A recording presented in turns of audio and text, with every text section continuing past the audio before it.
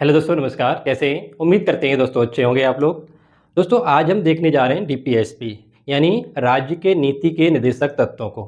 राज्य के नीति निर्देशक तत्वों में देखेंगे कि ये संविधान में कहाँ स्थित हैं, इसे कौन सी समिति के द्वारा स्थापित किया गया, संविधान में किया गया। तो इसमें विभिन्न विचारधाराओं को देखेंगे, राज्य में इनकी स्थिति क्या है, संविधान में इनकी स्थिति क्या है, इससे संबंधित विभिन्न केस हैं उन्हें भी कवर करेंगे और नीति निर्देशक तत्वों से संबंधित विभिन्न आर्टिकल हैं उन्हें भी देखेंगे और इनकी विचारधाराओं को भी कवर करेंगे। कहने का तात्पर्य है कि हम डीपीएसपी को होलिस्टिक रूप से जैसे फंडामेंटल राइट कवर किए हैं ऐसे ही क्या करेंगे, डीपीएसपी को कवर करेंगे। अगर दोस्तों इससे पहले वाले आपने वीडियो नहीं देखे हैं तो प्ले लिस्ट में जाके जरूर देख लेना।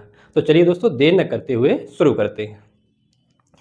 डीपीएसपी की हम शुरुआत कर रहे हैं, किसकी? राज्य के नीति के निर्देशक तत्व। देखो नाम से ही पता चल रहा है ये क्या है, राज्य के, क्या है, राज्य की नीति के निर्देशक तत्व। यानी कहने का तात्पर्य है कि राज्य जो नीतियां अपनाएगा या नीतियां बनाएगा उसके लिए ये क्या करेंगे, निर्देश देंगे यानी निर्देश देंगे। ठीक है, यानी क्या करेंगे, ये उससे क्या करेंगे, डायरेक्शन देंगे नीतियों को, पॉलिसियों को। ठीक है, इस चीज़ को याद रखना, किसकी को, राज्य की को। यानी राज्य कोई नीति बनाएगा तो उसके लिए क्या करेंगे, ये एक निर्देशक की तरह, एक कुतुबनुमा की तरह कह सकते हो, क्या करेंगे, ये पार्टिसिपेट करेंगे यानी कह सकते हो या उन्हें सहयोग करेंगे राज्यों को। ठीक है, कुतुबनुमा एक्चुअली में एक दिशा सूचक यंत्र होता था, आपको पता होगा, आपने जब एंशिएंट हिस्ट्री पढ़ी होगी, क्योंकि ये अरब जगत के लोगों ने शुरू किया था, यानी कह सकते हो खो जाता है ना। कुतुबनुमा क्या है, दिशा सूचक यंत्र होता है। तो ऐसे ही क्या है, ये राज्य की नीतियों के लिए एक दिशा सूचक यंत्र की तरह काम करते हैं। क्या करते हैं, राज्य की नीतियों के लिए दिशा सूचक यंत्र की तरह काम करते हैं। तो ये हमें पता होना चाहिए, क्यों? क्योंकि ये पॉलिसी बनाने में अहम भूमिका निभाते हैं, राज्य को गाइडेंस देते हैं, कह सकते हो। तो इन्हीं क्या कहते हैं, तो इन्हें डीपीएसपी कहते हैं। और ये है कहाँ पर, तो हैं ये भाग 4 में। कौन से में? भाग 4 में है संविधान के। अगर आपसे आर्टिकल पूछा जाए तो आर्टिकल कौन सा हो जाएगा, आर्टिकल 36 से लेके 51 तक, यानी आर्टिकल 36 से लेकर 51 तक ये नीति निर्देशक तत्व यानी डीपीएसपी इसमें हमारे संविधान में समाहित है, आपको पता होना चाहिए। अगर आपसे बोला जाए डीपीएसपी किस देश से यानी ग्रहण किए गए या कह सकते हो कौन से देश के संविधान से प्रभावित है, तो वो कौन सा संविधान होगा, यानी आयरलैंड का संविधान। आयरलैंड या आयरिश कुछ भी कह दो, है ना, हमने आपको पढ़ाया है, आयरलैंड या आयरिश संविधान से डीपीएसपी हमने ग्रहण किए हैं। ठीक है, इस चीज़ को याद रखना। दूसरी बात ये कि संविधान में अगर आपसे पूछा जाए, आपने मौलिक कर्तव्य का तो बहुत सुना होगा, यानी फंडामेंटल ड्यूटी का, उसमें क्या है, उसमें तो आपने देखा होगा स्वरसिंह समिति, स्वरसिंह समिति। लेकिन एक चीज़ याद रखना, इसके लिए भी एक समिति, जब संविधान में ये लाए जा रहे थे उस समय संविधान में एक समिति बनाई थी, वो किसकी अध्यक्षता में थी, तो तेज बहादुर सप्रू की अध्यक्षता में समिति बनाई गई थी। इसीलिए इसे ये कहा जाता है तेज बहादुर सप्रू समिति। ठीक है, तो तेज बहादुर सप्रू जो समिति थी इसी के आधार पर ये संविधान में लाए गए थे। आपसे पूछा जाए कि डीपीएसपी कौन सी समिति के सुझाव पर संविधान में लाए गए, तो वो किसके पर, तेज बहादुर सप्रू समिति के आधार पर। ठीक है, इस चीज़ को याद रखना। अब दोस्तों इसमें नीति निर्देशक तत्वों में एक एक स्टेप करके पढ़ेंगे। जैसे हम पहले पढ़ेंगे कि ये विभिन्न विचारधाराओं में बांटे गए हैं। ठीक है, नीति निर्देशक तत्वों को क्या है, विभिन्न विचारधाराओं में बांटा गया है। तो हम वो देखेंगे कौन सी विचारधारा में बांटा गया है। उसके बाद में हम इसके आर्टिकल करेंगे। देन हम क्या करेंगे, इससे देखेंगे कि किसी संविधान में स्थिति क्या है, यानी ये वाद योग है या अवाद योग है, क्या है, कौन से केसों में कौन सी बात की गई है। ठीक है, इससे संबंधित जो विभिन्न केस हैं उन्हें भी देखेंगे। और फिर लास्ट में हम देख लेंगे कि मौलिक अधिकार और नीति निर्देशक तत्वों में अंतर कर लेंगे। ठीक है, ये सारा आज हम क्लास में इसमें करने वाले हैं। तो दोस्तों आप लोग लग जाओ पढ़ने। ठीक है, देखते हैं। देखो डीपीएसपी क्या है, 3 विचारधाराओं में हमने बांटे हैं अपनी सहूलियत के अनुसार। ठीक है, हमें दिखाई देते हैं जैसे, तो वो कौन सी विचारधाराएं 3 हैं, तो सबसे पहली विचारधारा देती है उदारवादी विचारधारा। कौन सी? उदारवादी विचारधारा। दूसरी विचारधारा दिखाई देती है समाजवादी विचारधारा। तीसरी विचारधारा जो दिखाई देती है हमें, गांधीवादी विचारधारा हमें यहाँ दिखाई देती है नीति निर्देशक तत्वों में यानी डीपीएसपी में। अगर आपसे कहा जाए, देखो यहाँ से आप मेंस का भी क्वेश्चन कर सकते हैं बढ़िया तरह से। ठीक है, और प्री का या मान लो वनडे की तैयारी के लिए तो है ही है। ठीक है, अगर आपसे पूछ ले कौन सा आर्टिकल ऐसा गांधीवादी विचारधारा को प्रदर्शित करता है, तो आप बताओगे ना गांधीवादी विचारधारा में ये आर्टिकल है वो। ठीक है, तो कहने का तात्पर्य है जो उदारवाद विचारधारा है वो क्या कहती है। देखो उदारवाद का मतलब क्या है कि समाज में ठीक से सुधार हो, समय के अकॉर्डिंग बदलाव हो। ठीक है, यही तो उदारवाद है। है कि नहीं। तो उदारवाद विचारधारा में देखो क्या कहती है कि समान सिविल संहिता, ठीक है, यूनिवर्सल सिविल कोड की बात करता है। वो कौन सा आर्टिकल है, आर्टिकल 44 है, यानी 44वां आर्टिकल है। ये क्या कर रहा है, समान सिविल संहिता की बात करता है, ठीक है। इसी अनिवार्य शिक्षा, यानी अनिवार्य शिक्षा होगी तभी तो काम चलेगा। तो इसमें आपको दिखाई दे रहा है आर्टिकल 45 में 6 वर्ष से कम बच्चों के पालन पोषण और शिक्षा की बात की गई है, पढ़ाएंगे, ठीक है। तो कहने का तात्पर्य अनुच्छेद 45 भी दिखाई दे रहा है। जीवन स्तर को ऊंचा उठाना, ये आर्टिकल 47 में दिखाई देता है, ठीक है। इसमें स्वास्थ्य वगैरह को भी है, मद्य निषेध भी है, ये सारी चीज़ें इसमें कवर की गई हैं, ठीक है। अंतर्राष्ट्रीय सुरक्षा और शांति, ये भी क्या है, ये भी उदारवादी है, क्योंकि देशों के साथ कैसे हमें ट्रीटी करनी है, कैसे व्यवहार रखने हैं, ठीक है, ये समय के अकॉर्डिंग ही होते हैं। तो कह सकते हो उदारवाद का मतलब ही यही होता है कि समय के अकॉर्डिंग उनमें चीज़ों में बदलाव कर लेना, ठीक है। क्या कर लेना, समय के अकॉर्डिंग चीज़ों में बदलाव कर लेना। उदारवाद का मतलब ही यही है कि उदार तरीके से हमें काम करना है। दूसरी बात है समाजवादी विचारधारा। समाजवादी विचारधारा का मतलब क्या होता है, अगर आपसे पूछा जाए, समाजवादी विचारधारा का मतलब ये होता है कि अगर मान के चलो ज़्यादा पैसे वाले हैं उनसे वो चीज़ें हमें लेनी है थोड़ी बहुत टैक्स के रूप में या किसी में, और जो कम पैसे वाले हैं उनके पास में हमें वो पहुंचाना है, ठीक है। यानी कह सकते हो ये अंत्योदय के सिद्धांत पर काम करता है। किसके पर, अंत्योदय के सिद्धांत पर काम करता है। यानी समाज में कोई व्यक्ति ऐसा ना रहे कि भूखा रहे, ठीक है। यानी सभी के पास में संसाधन उपलब्ध करा सके राज्य, कहने का तात्पर्य है। तो ये क्या है, समाजवादी विचारधारा, यानी समानता बढ़ाने की बात की जाती है, कह सको। तो इसमें क्या है, समान कार्य के लिए समान वेतन। यानी अगर मान के चलो कोई महिला है कोई पुरुष है, एक ही काम को दोनों व्यक्ति कर रहे हैं, तो अब ऐसा नहीं हो सकता कि पुरुष को रुपये ज़्यादा मिले महिला को कम मिले, है ना। तो ये नहीं होना चाहिए, ठीक है। ऐसा क्रिकेट में अपने में देखा जाता था, है ना। क्रिकेट में देखा होगा आपने कि पुरुष खिलाड़ी है उन्हें ज़्यादा पैसा मिलता है, ठीक है, लेकिन महिला खिलाड़ी को कम पैसा मिलता है। अब लेकिन समानता आ रही है, ठीक है। पहले बहुत ज़्यादा दिक्कत थी ये। तो ये इसके लिए आर्टिकल कौन सा है, आर्टिकल 39A। मजदूरों के लिए उचित वेतन, यानी अगर मजदूरों के लिए उचित वेतन नहीं होगा, बेगारी में काम करवाएंगे, तो समाजवाद कहाँ का, तो फिर कोई समाजवाद नहीं है ना। तो कहने का मतलब है जो मजदूर यानी जो कार्य कर रहे हैं लोग, उनके लिए उचित वेतन की व्यवस्था होना चाहिए, ये भी समाजवादी विचारधारा रहेगी। ये आर्टिकल 43 में बताया गया है, ठीक है। ये ध्यान रखना, आर्टिकल हम ये अलग से एक लाइन से ही करेंगे, है ना।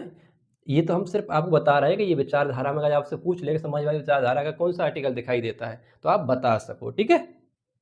उद्योगों के प्रबंधन में मजदूरों या कामगारों की भागीदारी, ठीक है, ये आर्टिकल 43 में। यानी कहने का तात्पर्य है जो हमारे उद्योग धंधे उनमें क्या करो, मजदूर या कामगारों की भी भागीदारी समाहित करो। तो ये आर्टिकल कहाँ पर, 43A में।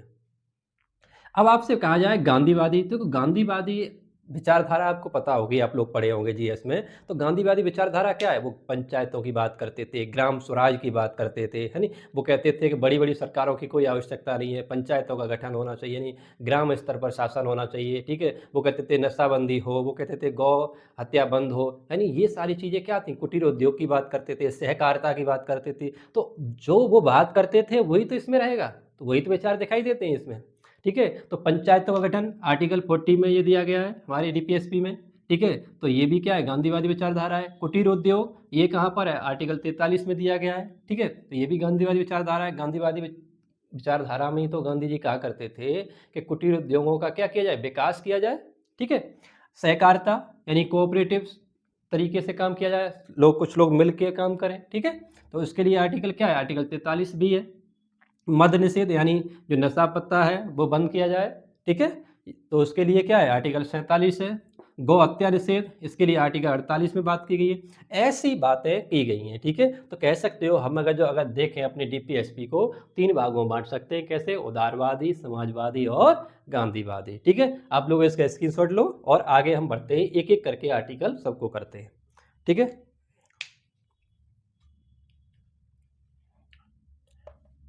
अब हेडिंग बनाओ डीपीएसपी के आर्टिकल और उनसे संबंधित विषय, यानी कौन से आर्टिकल में क्या बात की गई है, ठीक है। ये चीज़ देखते हैं। तो आर्टिकल आपको पता है कहाँ से है, 36 से है। तो 36 में तो राज्य की परिभाषा ही बताई गई है, और राज्य की परिभाषा क्या बताई गई है, साफ साफ उसमें लिखा है संविधान में कि राज्य की परिभाषा वही होगी जो भाग 3 में आर्टिकल 12 में लिखी गई है, ठीक है ना। क्या है, 12 में जो लिखी गई है, 12 में हमने आपको राज्य की परिभाषा बताई थी कि नहीं, याद करो। अगर नहीं पढ़ा है तो वहाँ जाके देखो फंडामेंटल राइट में, ठीक है। देखो अब इधर एक साइड में जैसे हम लिखेंगे क्या कि संविधान डीपीएसपी से संबंधित, डीपीएसपी सॉरी पी से संबंधित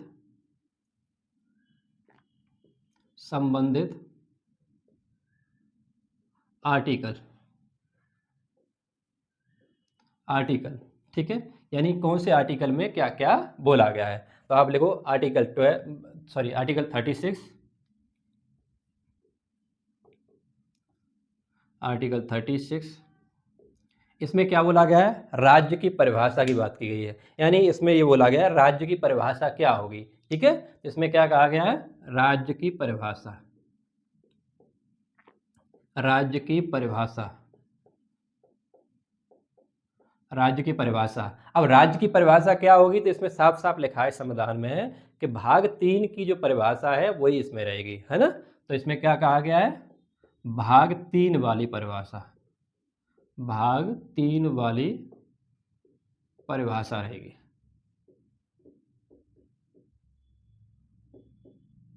परिभाषा रहेगी। ठीक है, भाग 3 वाली परिभाषा रहेगी।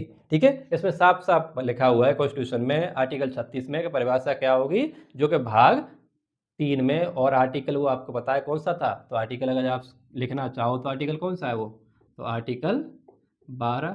ठीक है, लिखवाया था ना हमने, आर्टिकल 12 से लेकर 35 तक हमने फंडामेंटल राइट लिखवाए थे। दूसरा आर्टिकल लिखो,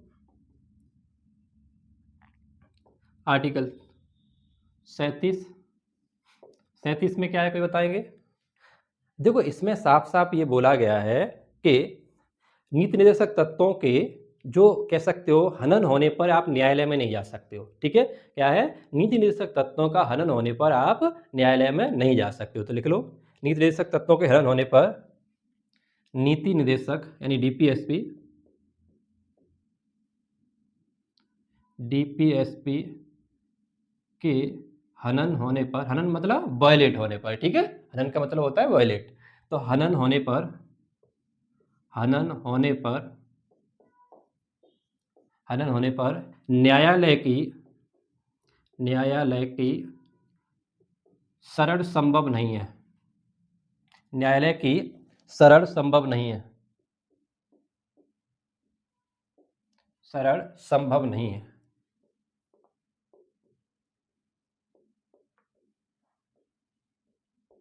नहीं है।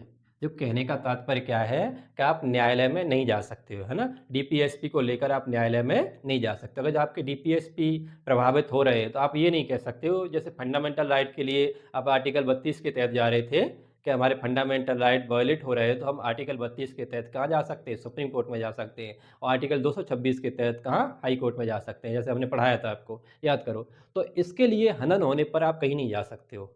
ठीक है, ये नहीं कह सकते न्यायालय से जाके कि हम क्या है, हमारा जो डीपीएसपी तत्व प्रभावित हुआ है इसलिए हम आपके पास में आए हैं, आप लागू करवाओ राज्य से। ठीक है, ऐसा नहीं हो सकता, क्योंकि देखो जो डीपीएसपी तत्व हैं वो क्या है, वो राज्य के लिए एक निर्देश है।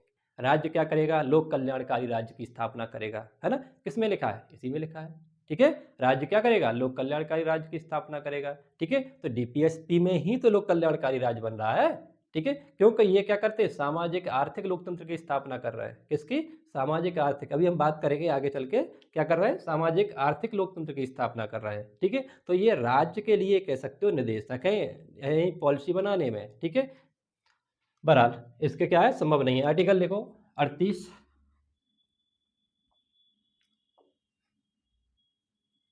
आप लोग बताओ इसमें आर्टिकल 38 में क्या हो सकता है, क्या भाई, देखो लोक कल्याणकारी राज्य की अवधारणा, लोक कल्याणकारी राज्य की अवधारणा, राज्य की अवधारणा, लोक कल्याणकारी राज्य की अवधारणा। ठीक है, तो ये आर्टिकल 38 क्या कहता है कि राज्य क्या करेगा, लोक कल्याणकारी जो व्यवस्था है उसे लागू करेगा, यानी इनके लिए कानून बनाएगा कह सकते हो। और राज्य क्या करेगा, एक कानून बनाते समय क्या करेगा, लोगों के कल्याण की बात करेगा, है ना। क्यों? क्योंकि इससे क्या है, न्यायालय में तो बाध्य नहीं किया जा सकता है इसके लिए राज्य को, लेकिन राज्य क्या करेगा, लोक कल्याणकारी कार्य करेगा। और अगर ऐसा लग रहा है उसे कि लोगों के कल्याण के लिए कोई काम करना उचित है तो उन चीज़ों को करेगा। ठीक है, इसमें यही बात लिखी है। नेक्स्ट लिखते हैं आर्टिकल 39। आर्टिकल 39 इसमें क्या लिखा है, कोई बताएंगे? बताया करो आप लोग। देखो, राज्य द्वारा अनुसरण कुछ नीति, राज्य द्वारा अनुसरण कुछ, राज्य द्वारा अनुसरण कुछ नीति तत्व,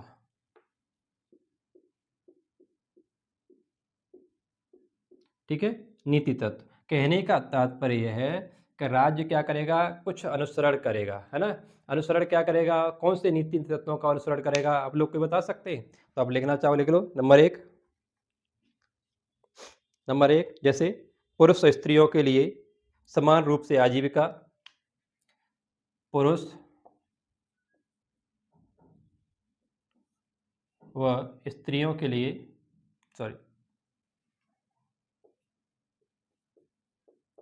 स्त्रियों के लिए समान रूप से, समान रूप से, समान रूप से आजीविका, आजीविका, समान रूप से आजीविका, आजीविका हो, ठीक है। और क्या करेगा, आप लोग बताओ। इसका कहने का तात्पर्य क्या है कि ये क्या करेगा, यानी राज्य क्या करेगा, पुरुष और स्त्रियों के लिए समान रूप से आजीविका उत्पन्न उपलब्ध कराएगा, है ना। क्या कराएगा, समान रूप से स्त्रियों और पुरुषों के लिए क्या कराएगा, जीविका, आजीविका के साधन उपलब्ध कराएगा। दूसरा लिख लो एक और। नेक्स्ट क्या कह रहा है, भौतिक संसाधनों के वितरण, भौतिक संसाधनों के वितरणकारी न्याय उपलब्ध हो, के लगा हो उसमें, के वितरणकारी न्याय उपलब्ध हो, ठीक है। ये क्या कह रहा है, ये भी आर्टिकल 39 में कहा गया है। नेक्स्ट लिखो, देखो लोक कल्याण, या ऐसे लिख लो आर्थिक विकेंद्रीकरण हो, ये भी सही रहेगा, आर्थिक विकेंद्रीकरण ज्यादा अच्छा लगेगा, है ना। आर्थिक विकेंद्रीकरण, आर्थिक विकेंद्रीकरण, विकेंद्रीकरण, आर्थिक विकेंद्रीकरण हो, ठीक है। अच्छा, आप लोग इसे लिखो, और थोड़ा लिखना है, हमें साफ करना है, ठीक है। देखो आप लोग जल्दी, आर्थिक विकेंद्रीकरण। नेक्स्ट लिखते हैं हम, देखो स्त्री और पुरुषों के लिए समान कार्य के लिए समान वेतन, स्त्री और पुरुषों के लिए समान कार्य के लिए समान वेतन, स्त्री व पुरुषों के लिए समान कार्य के लिए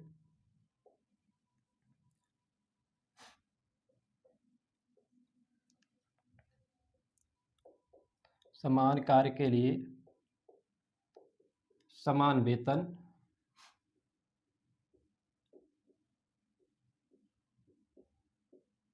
ठीक है। क्या कह रहा है, स्त्री और पुरुषों के लिए समान कार्य के लिए समान वेतन की बात भी यही कर रहा है, ठीक है। बालकों हेतु,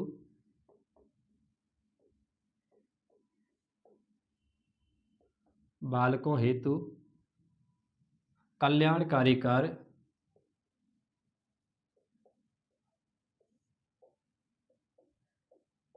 कार्य आदि, ठीक है। ये सब किस में दिए, आर्टिकल 39 में दिए, ठीक है। किस में बोलोगे, आर्टिकल 39 में, ठीक है। नेक्स्ट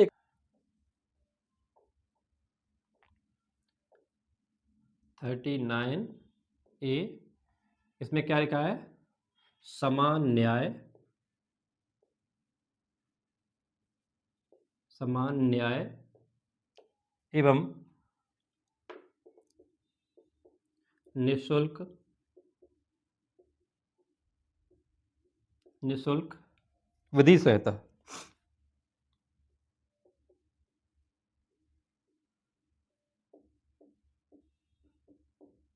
सहायता, ठीक है। कहने का तात्पर्य ये है कि इसमें क्या होगा, एक निःशुल्क तरीके से, जैसे आपने देखा होगा इसी के तहत सरकार ने नालसा एक्ट बनाया, ठीक है। क्या बनाया? नालसा एक्ट, पढ़ाएंगे आगे चल के। तो नालसा एक्ट बनाया, ठीक है, किसके तहत? इसी के तहत बनाया था, ठीक है। कौन से आर्टिकल के तहत?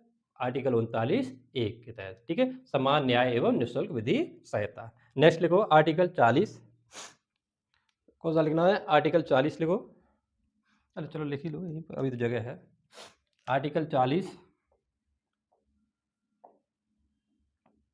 इसमें क्या लिखा है? ग्राम पंचायतों का गठन, यानी पंचायत नहीं लिख लो, पंचायत ही लिखा है तो वैसे ग्राम पंचायत सही है ना?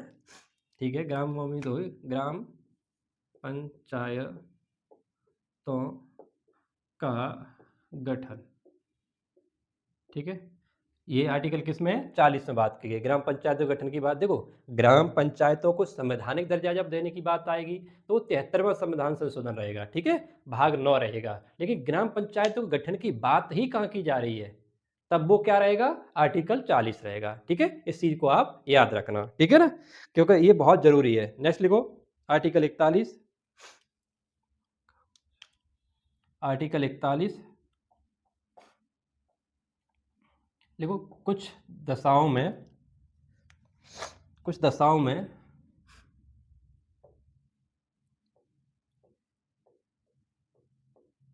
कुछ दशाओं में कुछ दशाओं में शिक्षा और शिक्षा और लोक सहायता, शिक्षा और लोक सहायता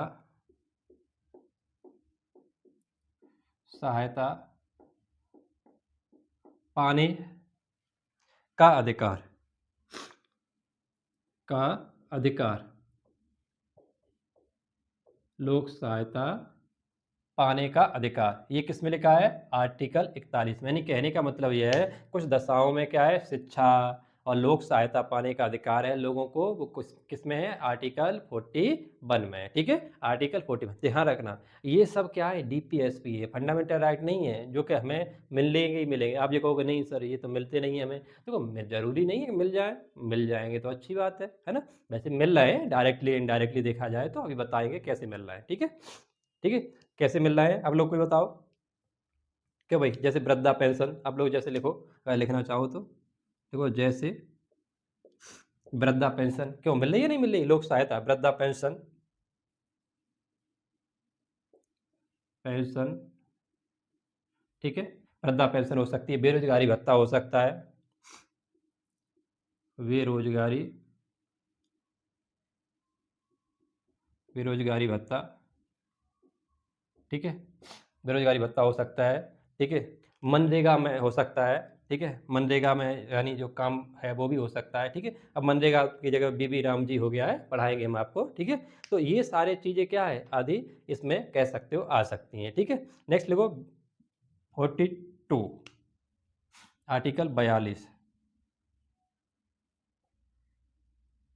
ठीक है। इसमें आर्टिकल 42 में क्या है, कोई बताएंगे? क्या भाई? देखो, काम की न्याय संगत काम की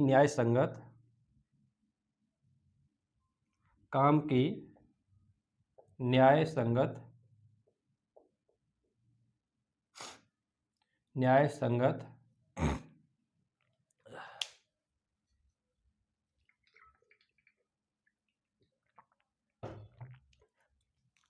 न्याय संगत और मानवोचित मानवो मानवोचित मानवोचित दशाओं दशाओं तथा मानवोचित दशाओं तथा प्रसूति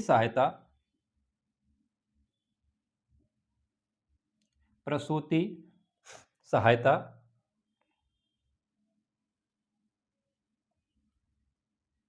प्रसूति सहायता। ठीक है, कहने का तात्पर्य ये है, इन सहायताओं का सबका क्या है, उपबंध किया गया है। ठीक है, उपबंध, उपबंध।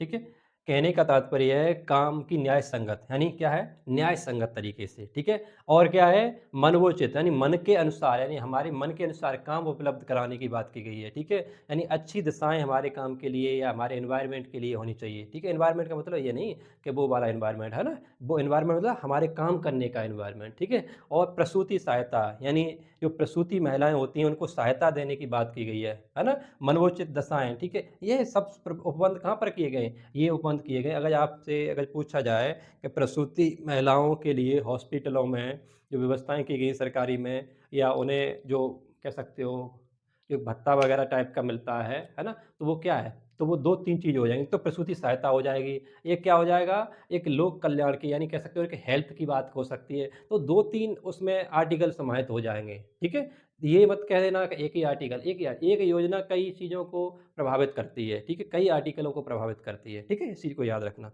नेक्स्ट आर्टिकल देखते हैं, आर्टिकल 43।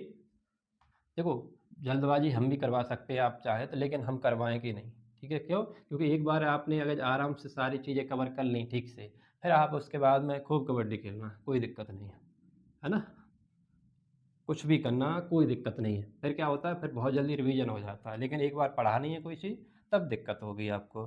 ठीक है ना, तो इस चीज़ को याद रखना। नेक्स्ट लिखो, आर्टिकल 43। आर्टिकल 43 देखो, कर्मकारों, कर्मकारों लिख दो, मजदूर लिख दो, बात एक ही है। ठीक है, कर्मकारों या मजदूर के लिए निर्वाह मजदूरी की बात करता है। ये किसकी बात करता है, निर्वाह मजदूरी की बात करता है। निर्वाह मजदूरी देखो के लिए निर्वाह,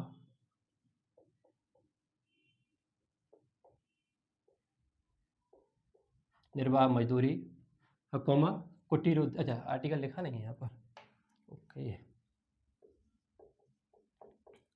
बता दिया करो भाई आप लोग।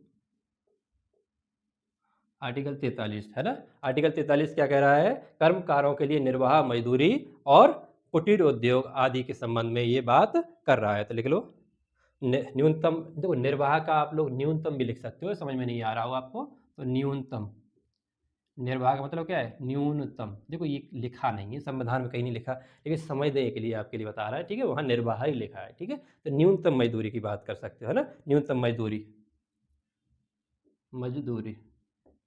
ठीक है, न्यूनतम मजदूरी, कुटीर उद्योग की बात कर रहा है, और किसकी बात कर रहा है, कुटीर उद्योग की। ठीक है, कुटीर उद्योग,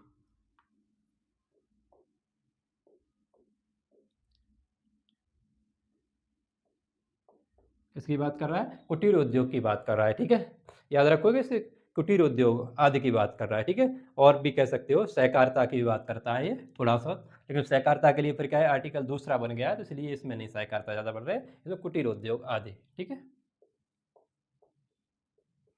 ठीक है, इनके लिए क्या है, उपबंध किए गए, इस चीज़ को याद रखना।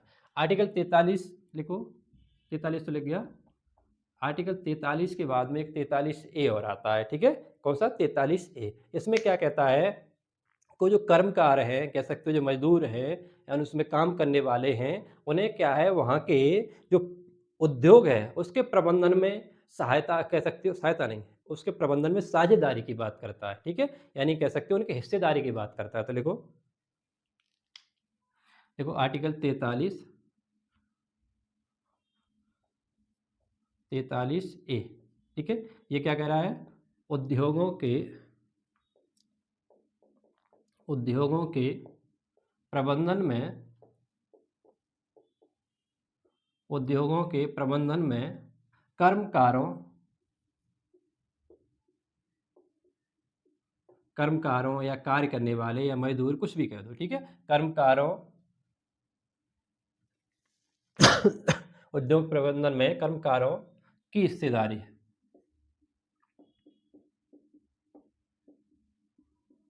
ठीक है, हिस्सेदारी की बात करता है, किसकी, हिस्सेदारी की ये बात कर रहा है। ठीक है, कर्मकारों की, या कह सकते प्रबंधन में भागीदारी या हिस्सेदारी, भागीदारी भी कह सकते हो, कोई दिक्कत नहीं। ठीक है, भागीदारी, ठीक है, इसका प्रावधान कर रहा है। किसका? उद्योगों के प्रबंधन में कर्मकारों की या काम करने वालों की या मजदूरों की कह दो, कोई भी कह दो, ठीक है, उनकी हिस्सेदारी या भागीदारी की बात ये करता है। ठीक है, नेक्स्ट लिखो, एक और लिख लो इसका सब आर्टिकल। इसमें सहकारी समितियों की बात की गई है, यानी सहकारिता को बढ़ावा देने की बात की गई। आर्टिकल 43 का सब क्लॉज बी, ठीक है, ज़्यादा ऊपर लेके आया, नीचा किया जाए। आर्टिकल 43 का सब क्लॉज बी, ठीक है, इसमें क्या है, सहकारिता को बढ़ाने की बात की गई है। ठीक है, तो लिख लो, सहकारी समितियों का संवर्धन, सहकारी समितियों का, सहकारी समितियों का संवर्धन। संवर्धन का मतलब ये होता है कि उन्हें बढ़ावा देना। ठीक है, सहकारी समितियों का संवर्धन, ठीक है, सहकारी समितियों का संवर्धन, यानी उन्हें सहकारी समितियों को बढ़ावा देने की बात की गई है। ठीक है, इस चीज़ को याद रखना, सहकारी समितियों का संवर्धन की बात की गई है। नेक्स्ट लिख लो, आर्टिकल 44, ये तो हमने अभी आपको बताया भी था, समान एवं विधि सहायता की बात की गई है। इसमें जो यूनिवर्सल सिविल कोड जो बनाए जा रहे हैं हमारे यहाँ, उनकी सबकी बात किसमें की गई है? आर्टिकल 44 में। ठीक है, आपने देखा होगा उत्तराखंड आज़ादी के बाद यूसीसी लागू करने वाला पहला राज्य बन गया है। ठीक है, उससे पहले अगर देखा जाए भारत में कौन सा है? दूसरा है, क्योंकि गोवा में आज़ादी से पहले ही यूसीसी लागू है। ठीक है, इस चीज़ को याद रखना आप लोग, क्योंकि ये करंट में मुद्दा रहा था, तो कभी पूछा जा सकता है कि यूसीसी कौन से आर्टिकल से संबंधित है, तो आर्टिकल 44 से, यानी 44 से संबंधित है। ठीक है, इस चीज़ को याद रखना। और यूसीसी लागू करने वाला स्वतंत्रता के बाद पहला राज्य कौन सा बन गया है? तो उत्तराखंड बन गया है, और टोटल में ये दूसरा है, क्योंकि उससे पहले गोवा में पहले से थी। ठीक है, इस चीज़ को याद रखना। तो लिख लो इसमें, नागरिकों के लिए एक समान सिविल सहायता, नागरिकों के लिए, नागरिकों के लिए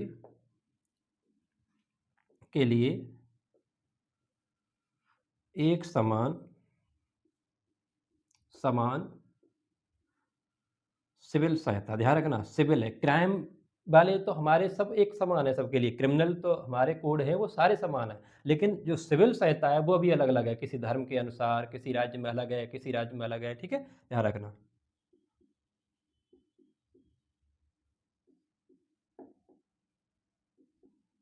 संहिता, ठीक है, इसकी बात की गई है, क्योंकि देखो हमारे यहाँ धार्मिक कानूनों का बहुत ज़्यादा बोलबाला रहता है। धार्मिक कानून मतलब हिंदू के विवाह हिंदू अधिनियम के तहत होंगे, मुस्लिमों का विवाह विवाह मुस्लिमों के तहत कानूनों के तहत होंगे, ऐसे ये प्रावधान है हमारे यहाँ। तो अलग अलग क्या है, सिविल हमारी संहिताएँ, सिविल कानून क्या है, अलग अलग हैं। लेकिन अगर देखा जाए कि हमारे यहाँ पर जो क्रिमिनल कानून है वो सबके लिए समान है। अगर जो कोई किसी को थप्पड़ मारता है, तो चाहे हिंदू हो, चाहे मुस्लिम हो, चाहे कोई अन्य धर्म से हो, उसको समान ही क्या लगेंगी? धाराएँ लगेंगी। ठीक है, या कोई किसी को कुछ भी कोई हानि पहुँचाता है, तो वो सबके लिए समान है। ठीक है, उसमें कोई जाति नहीं है। लेकिन ये क्या है? सिविल, सिविल मतलब आपके समाज में आपके लिए विवाह के नियम क्या हैं, दूसरे के लिए क्या है, दूसरे के तलाक के नियम क्या हैं, तीसरे के क्या हैं, ये सारी चीज़ें इसमें होती हैं। विवाह विच्छेद का नियम अलग तरीके से मुस्लिम में अलग है, हिंदू में अलग है, तो ये सारी चीज़ें अलग अलग है। ठीक है, इन्हें क्या है, एक समान लागू करने की बात आर्टिकल 44 करता है। ठीक है, इस चीज़ को याद रखना। नेक्स्ट लिखो, आर्टिकल 44 तो हो गया, 45,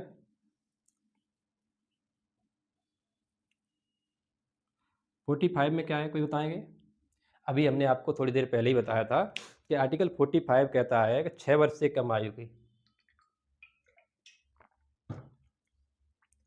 देखो आर्टिकल 45 क्या कहता है, 6 वर्ष से कम आयु के, कम आयु के बच्चों बच्चों की देखभाल देखभाल व शिक्षा, देखभाल व शिक्षा उपलब्ध कराना। ठीक है, या कह सकते हो शिक्षा का उपबंध, शिक्षा का उपबंध करना। ठीक है, उपबंध करना, ये किसका कर्तव्य है? राज्य का कर्तव्य है। अगर राज्य क्या करे, देखो पहले तो यहाँ पर 14 साल वाला था, लेकिन क्या हुआ आपको पता है कि आर्टिकल 21A जो बना, शिक्षा का अधिकार जो बनाया गया, उसमें क्या किया गया, उसमें बताया गया कि शिक्षा के अधिकार में कि वहाँ पर 14 वर्ष तक के बच्चों को अनिवार्य और निःशुल्क शिक्षा की बात की गई है वहाँ पर, ठीक है, इस चीज़ को याद रखना। तो अब क्या हुआ, तो यहाँ पर क्या है, राज्य के किस जैसे बाल वाटिकाएं हैं, आंगनबाड़ी केंद्र आपने देखे होंगे, इनमें क्या है, थोड़ा बहुत शिक्षा भी दी जाती है और बच्चे के पोषण का भी ध्यान रखा जाता है। तो आप कह सकते हो जैसे जैसे आंगनबाड़ी केंद्र, आंगनबाड़ी केंद्र केंद्र बाल वाटिकाएं,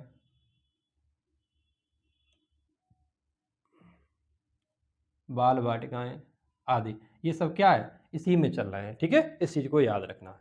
ये अगर आपसे पूछा जाए आंगनबाड़ी केंद्रों की स्थापना की गई है वो कौन से आर्टिकल को प्रभावित कर या कौन से आर्टिकल के तहत की गई है, तो आप कह सकते हो आर्टिकल क्या है, 45 है, ठीक है, आर्टिकल क्या है, 45 है। नेक्स्ट देखते हैं 46 आर्टिकल,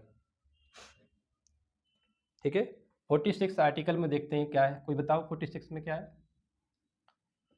क्या भाई, अब लोग कोई कभी कमेंट करके क्वेश्चन का आंसर तो देते नहीं है। आज हम तुमसे कुछ क्वेश्चन पूछेंगे लास्ट में, ठीक है, उसके आंसर देना, देख कौन कौन देके जाएगा। वैसे तो भाग जाते हो, कोई आंसर वांसर नहीं देते हो आप लोग, हैं, क्यों भाई। देखो इसमें आर्टिकल 46 में,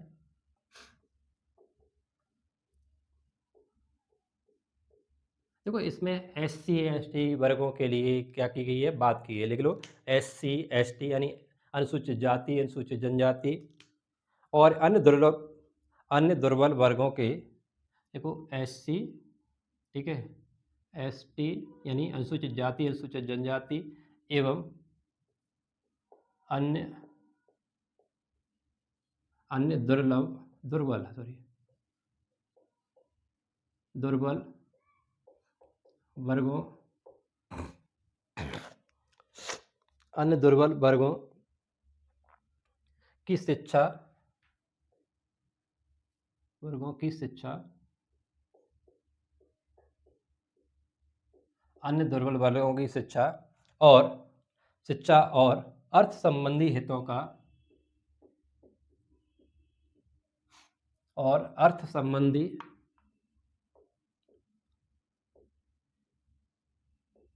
अर्थ संबंधी, ठीक है, कौन से अर्थ संबंधी हितों का संरक्षण या कह सकते हो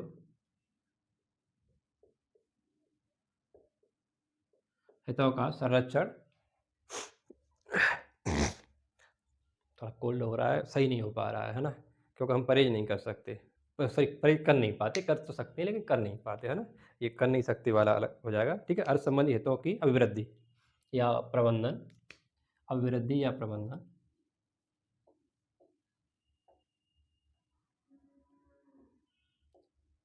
अभिवृद्धि, ठीक है।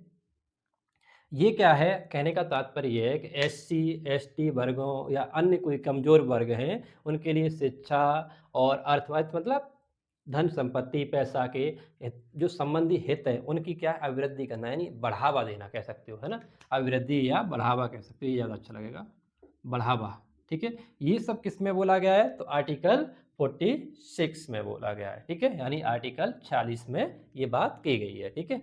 अगर आपसे पूछा जाए कि आर्टिकल 47 में क्या बोला गया है, देखो ध्यान रखो, अब देखो जहाँ ज़्यादा ज़रूरी नहीं है पढ़ने की, अब वहाँ भी आप ज़रूरी पढ़ेंगे तो फिर दिक्कत हो जाए, है ना, बस आप एक चीज़ याद रखो कि हाँ ये चीज़ें इसमें आर्टिकलों में हैं, ठीक है। तो आर्टिकल 47 में क्या है, आप लोग बताओ कोई, क्यों भाई, किसी को बताओ, लिखो, मद्य निषेध, स्वास्थ्य सुधार, है ना, ये भी हम बता के गए थे, लिखो मद्य निषेध, स्वास्थ्य सुधार,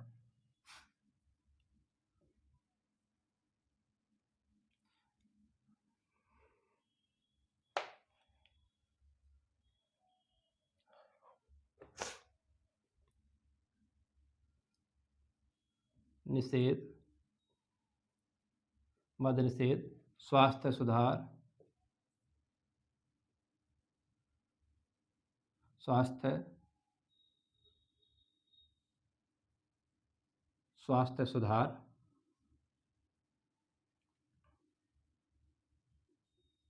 मद निषेध, स्वास्थ्य सुधार, और क्या कह सकते हो?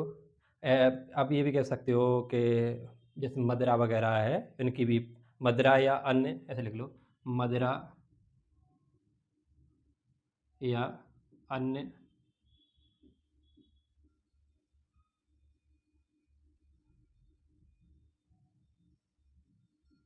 मदिरा या अन्य नशीले पदार्थों के नशीले पदार्थों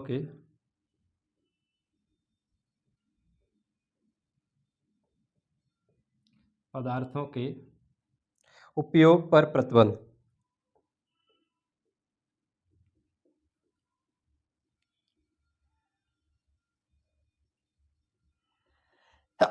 सॉरी, प्रतिबंध, ठीक है। नशीले पदार्थों के उपयोग पर प्रतिबंध की बात की गई है। अगर आपसे कहा जाए कि क्या राज्य नशा और नशा वाली चीज़ें या मदरा या दारू ये सारी चीज़ें बंद कर सकता है, ये अधिकार है, तो हाँ, ये अधिकार है राज्य को, ठीक है। ये चीज़ याद रखना आप लोग, ठीक है, क्योंकि अगर ये रोक नहीं लगाओगे तो ये ज़्यादा चीज़ें चलती जाएंगी। लेकिन आजकल तो क्या है, जैसे हमारे यहाँ उत्तर प्रदेश पर अगर देखा जाए तो कह सकते हो लिकर जो पॉलिसी आई आई है अभी, उसके तहत अगर देखा जाए तो लिकर पॉलिसी में ही बताया गया है कि राज्य की, और बजट में भी बताया गया है, खैर बजट में भी बताया गया है कि राज्य का सबसे कह सकते हो सेकंड लार्जेस्ट जो टैक्स रेवेन्यू जो कलेक्ट होता है वो कहाँ से होता है, यहीं से होता है, यानी अल्कोहल से, ठीक है। यानी तो बहुत बड़ी बात है, ठीक है। तो इकोनॉमी में राज्य की में काम कर रहा है बहरहाल, जो लोग पी रहे हैं वो, है ना। बहरहाल कोई किसी को नहीं करना चाहिए, नशे वगैरह गलत चीज़ है, ठीक है। ये सब हंसी मजाक की बात अलग है, लेकिन नशे वगैरह से आप लोग बहुत दूर रहना, क्योंकि ये बहुत गलत चीज़ है ना, ठीक है। अब हमें मत पूछना का स्वाद कैसा है इसका, क्योंकि हमें तो नहीं पता है, ठीक है। आप लोग को हो तो बताना कैसा स्वाद होता है। बहरहाल लेना मत, अगर जो नहीं लिया किसी ने स्वाद तो, हाँ। नेक्स्ट देखते हैं आर्टिकल 48, आर्टिकल 48, ठीक है। आर्टिकल 48 क्या कहता है, अगर आपसे पूछा जाए, देखो आर्टिकल 48 कहता है कृषि तथा पशुपालन किस संगठन की बात करता है, गौ हत्या के निषेध की बात करता है, ये सारी चीज़ें कौन करता है, आर्टिकल 48 करता है। तो लिख लो आप लोग, देखो, कृषि और पशुपालन का संगठन, कृषि और पशुपालन पशुपालन का संगठन, संगठन का मतलब यह है उन्हें बढ़ावा देना, ठीक है। संगठन, संगठन या कह सकते हो बढ़ावा देना, है ना। संगठन हमने इसीलिए लिखा है क्योंकि हमारे संविधान में यही लिखा है, ठीक है। जो शब्द लिखे हैं वही हम लिखते हैं, लेकिन हम आपको दूसरे शब्दों में भी समझा देते हैं, क्यों, क्योंकि क्वेश्चन आएगा तो फिर यही लिखा होगा तो फिर दिक्कत आ जाएगी, है ना। अगर इसका दूसरा भी कोई शब्द लिखा हुआ है जैसे हम समझाते हैं, ठीक है, संगठन का मतलब होता है बढ़ावा देना, ठीक है, उन्हें संगठित करना, ठीक। अगर ऐसा कुछ लिखा है, बढ़ावा देने की बात, कृषि को बढ़ावा देने की बात कहाँ की गई है, पशुपालन को बढ़ावा देने की बात कहाँ की गई है, तो आप बता सकते हो आर्टिकल 48 है, ठीक है। और इसमें क्या लिखा है, गौ हत्या निषेध, गौ हत्या निषेध। तो देखो, आपको पता है अभी एक हमारे संत हैं हमारे भी उत्तर प्रदेश के, तो वो क्या कर रहे हैं, गौ हत्या के लिए कह सकते हो यात्रा कर रहे हैं, ठीक है, आपको पता है। तो ये देखो गौ हत्या निषेध की बात की गई, गौ हत्या निषेध हमारे संविधान में देखो बताई गई है, यानी राज्य क्या कर सकता है, गौ हत्या निषेध के लिए पॉलिसी ला सकता है, ठीक है। जैसे मदरा वगैरह में आप कह सकते हो, जैसे बिहार वगैरह में, गुजरात वगैरह में दारू प्रतिबंध थी, है ना। तो इसमें आप लोग ऐसे भी लिख सकते हो, यहाँ पे एग्जाम्पल पहले वाले में लिखना चाहो, जैसे एग्जाम्पल बिहार में दारू बंद की गई, लेकिन वो बात तक लगा खूब बिक रही है ना, बहुत बिक रही है, बहुत सारी गाड़ियाँ पकड़ी जाती हैं समय समय पर, इसमें बहुत पहुँच वाले लोग काम करते हैं, है ना, ये तो आप लोग जानते ही हो सब। गुजरात में भी बंद है, और यहाँ भी अभी कुछ दिन पहले एक न्यूज़ आई थी, गुजरात में शराब पीने से लोग मर गए, ठीक है। गुजरात, कहने का तात्पर्य है कि पूर्ण रूप से बंद नहीं हो पाई हैं। अब देखो बंद तो तब हो सकती है जब क्या हो, पूरे भारत के स्तर पर हो, एक राज्य बंद करके काम चल कैसे जाएगा, है। अगर मान के चलो बिहार में बंद है, तो बिहार के उधर पड़ोसी क्या है, इधर उत्तर प्रदेश है, उधर झारखंड है, उधर पश्चिम बंगाल है, उधर पर ऊपर नेपाल भी है ना, शिवालिक सीढ़ी के दक्षिण में। अब बताओ यहाँ से कहीं न कहीं से आई जाएगी वहाँ पे तो शराब। अगर आस-पास के सब में बिक रही है धुआँधार, उसमें नहीं बिक रही है, तो वो नहीं बंद नहीं हो सकती, है ना। ऐसे गुजरात में, तो गुजरात में महाराष्ट्र से, राजस्थान से खूब शराब जाती है है ना, बहुत सारी जगह पकड़ी जाती है, हम तो न्यूज़पेपर में पढ़ते रहते हैं। तो कहने का तात्पर्य है बिहार बंद तो है, ठीक है, लेकिन पूर्ण बंद नहीं है, ठीक है, यानी कागज़ों में तो बंद है लेकिन हकीकत में बंद नहीं हो पाई हैं। बहरहाल होनी चाहिए अगर जो कर रहे हो तो, है ना। बहरहाल गौ हत्या निषेध की इसमें बात की गई है, ठीक है, जैसे एग्जाम्पल में पशु बीमा की बात की गई है ना, कृषि विश्वविद्यालय आदि ये पढ़ा। देखो आज आपसे बोला जाए कृषि को बढ़ावा कैसे मिलेगा, तो कृषि विश्वविद्यालय बन रहा है ना, कृषि विश्वविद्यालय, कृषि विश्वविद्यालय नई नई किस्मों की कह सकते हो, नई नई तरीके की टेक्निक की, नई नई कह सकते हो ग्लोबल वार्मिंग से निपटने के लिए हम नई नई किस्में बन रही हैं, नई नई फसलों की, है ना। विश्वविद्यालय,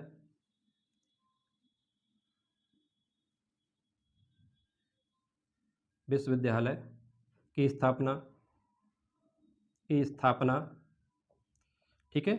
ये सब क्या हो रहा है, और जैसे पशुपालन के लिए कह सकते हो पशु बीमा है, पशु के लिए टीकाकरण है ना। एग्जाम्पल क्या हो सकता है, पशु बीमा, पशु बीमा, टीकाकरण, टीकाकरण, ये देखो कहीं नहीं लिखा है संविधान में, है ना, लेकिन ये अपने आप आपको समझना पड़ेगा, अगर नहीं समझेंगे तो दिक्कत हो जाएगी, ठीक है। क्या करना पड़ेगा, कुछ समझना पड़ेगा, ठीक है। गौ हत्या के लिए आपको पता है कि गौ हत्या के लिए राज्य काम कर रहे हैं, ठीक है। गौ हत्या हमारे यहाँ निषेध है ईमानदारी में, ठीक है। तभी तो गौ हत्या अगर किसी ने की तो उसे जेल हो गई, ठीक है, याद रखो। लेकिन क्या है, अभी प्रॉपर तरीके से वो चीज़ें लागू हो नहीं पाती, कई राज्यों में ये जायज़ है ना, लेकिन ज़्यादातर राज्यों में क्या है, प्रतिबंधित है। और यहीं से हमें पता चलना जाना चाहिए, जैसे महाराष्ट्र में क्या है, महाराष्ट्र, देखो याद आ गया हमें, महाराष्ट्र में,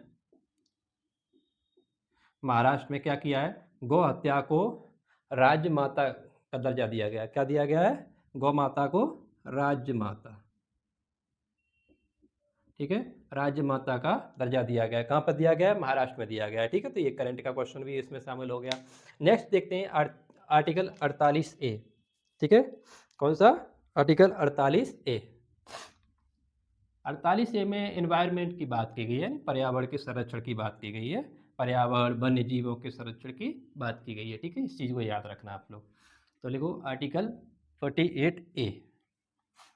48A में क्या है, देखो पर्यावरण संरक्षण एवं संवर्धन,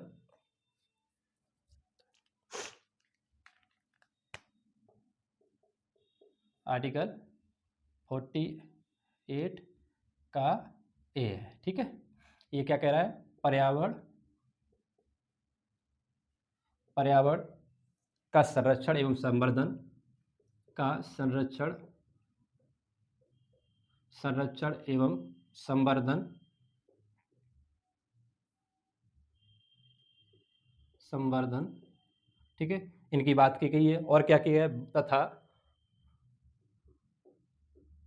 तथा वन एवं वन्य जीवों, वन एवं वन्य जीवों, वन्य जीवों, वन एवं वन्य जीवों का संरक्षण या की रक्षा कह दो, जीवों की रक्षा, ठीक है। ये सब किस में, आर्टिकल 48A में, ठीक है, ध्यान रखना किसमें, आर्टिकल 48A में। अगर आपसे पूछा जाए कि 42वें संविधान संशोधन के तहत कौन से आर्टिकल जोड़े गए, तो अभी हम नोट करके लिखवा देंगे, ठीक है, ये चीज़ ध्यान देना, अभी हम लिखवा देंगे नोट करके, ठीक है। तो ये ध्यान रखना, आर्टिकल 48 किस संबंध में, पर्यावरण संरक्षण एवं संवर्धन तथा वन एवं वन्य जीवों की रक्षा से संबंधित है। नेक्स्ट लिखो आर्टिकल 49, आर्टिकल 49, ठीक है।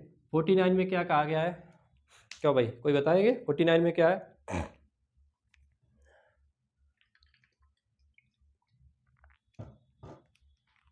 देखो राष्ट्रीय, राष्ट्रीय महत्व के, राष्ट्रीय महत्व के, राष्ट्रीय महत्व के स्मारकों,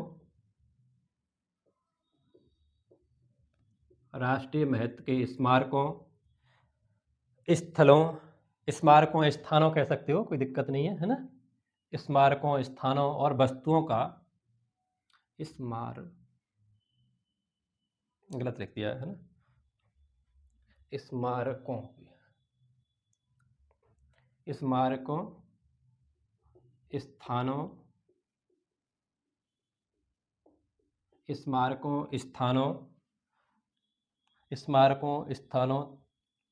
और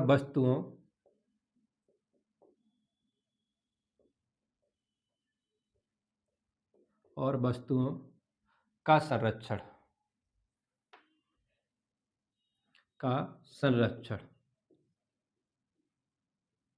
ठीक है, ये क्या है, इसमें बात की गई है कि राज्य क्या करेगा कि राष्ट्रीय महत्व के जो स्मारक हैं, स्थान हैं, या कह सकते हो वस्तुएं हैं, उनके क्या करेगा, संरक्षण करेगा। ठीक है, क्या करेगा, राज्य इनका संरक्षण करेगा। ठीक है, अब आर्टिकल लिखो 50। इसमें क्या है भाई, आपको पता है, इसमें न्यायपालिका और क्या है, कार्यपालिका का पृथक्करण की बात की गई है। ठीक है, न्यायपालिका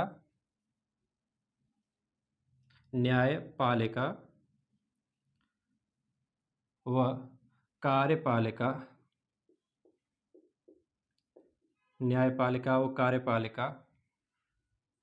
का पृथक्करण।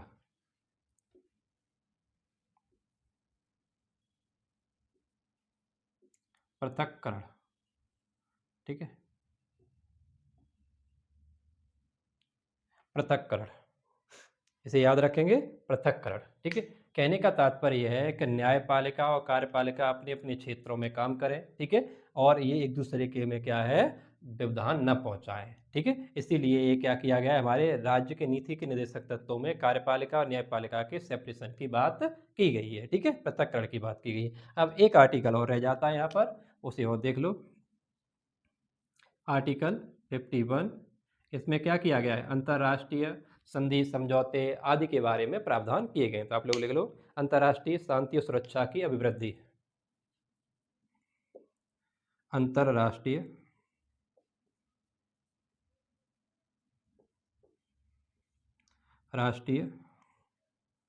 शांति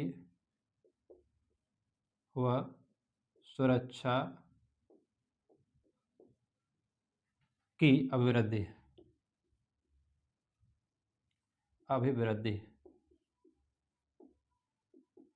ठीक है, शांति सुरक्षा की अभिवृद्धि की बात की गई है इसमें। ठीक है, इस चीज को आप लोग याद रखना। ठीक है, अगर इसमें क्या कहा जाए, अंतर्राष्ट्रीय शांति सुरक्षा की बात कहाँ पर की गई है, तो आर्टिकल 51 में की गई है। तो ये तो आपके होते हैं आर्टिकल सारे। ठीक है, अगर आपसे पूछा जाए डीपीएसपी के आर्टिकल क्या है, तो ये तो आर्टिकल होते हैं आपके। ठीक है, अगर मैं आपसे पूछूं कि कौन से आर्टिकल आपके आर्टिकल देखा जाए कि 42वें संविधान संशोधन के तहत जोड़े गए थे। ठीक है, अच्छा ये एक चीज़ और है, एक नोट करके लिखो, याद आ रहा है, क्योंकि आर्टिकल सिर्फ और सिर्फ ऐसा नहीं है कि यहाँ पर डीपीएसपी में भाग 3 में जो दिए गए इतने ही हमें डीपीएसपी दिखाई देते हैं। ठीक है, डीपीएसपी कहीं दूसरी जगह भी हमें दिखाई देते हैं संविधान में, जैसे एक दो आर्टिकल हम आपको लिखवा रहे हैं। ठीक है, जैसे उसमें कहा गया है कि राज्य क्या करेगा, कि किस चीज़ को बढ़ावा देगा, तो वो क्या है, सब डीपीएसपी तो है। तो नोट करके लिखो, लिखो देखो, डीपीएसपी सिर्फ भाग 4 में ही नहीं है,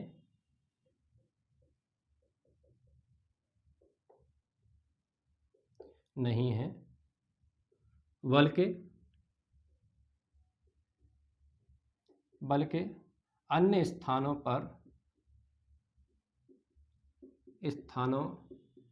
पर भी दिखाई देते हैं,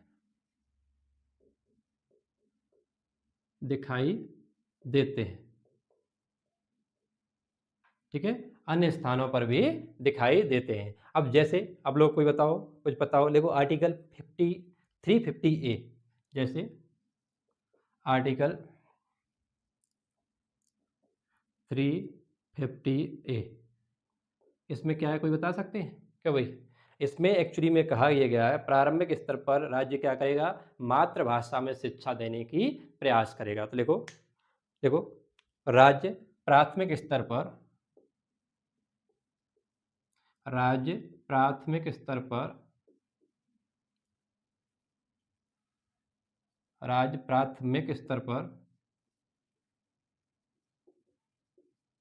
प्राथमिक स्तर पर मातृभाषा में मातृभाषा में शिक्षा देने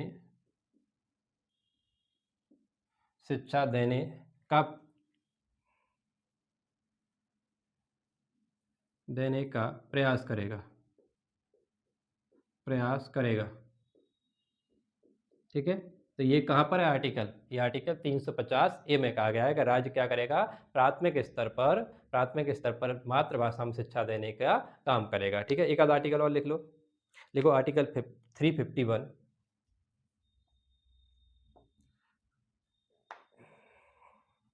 आर्टिकल 351, इसमें हिंदी को बढ़ावा देने की बात की गई है। ये राज्य क्या करेगा? हिंदी को बढ़ावा दे। राज्य का मतलब है देश। ठीक है, देखो हिंदी को प्रोत्साहन देना, यानी राज्य हिंदी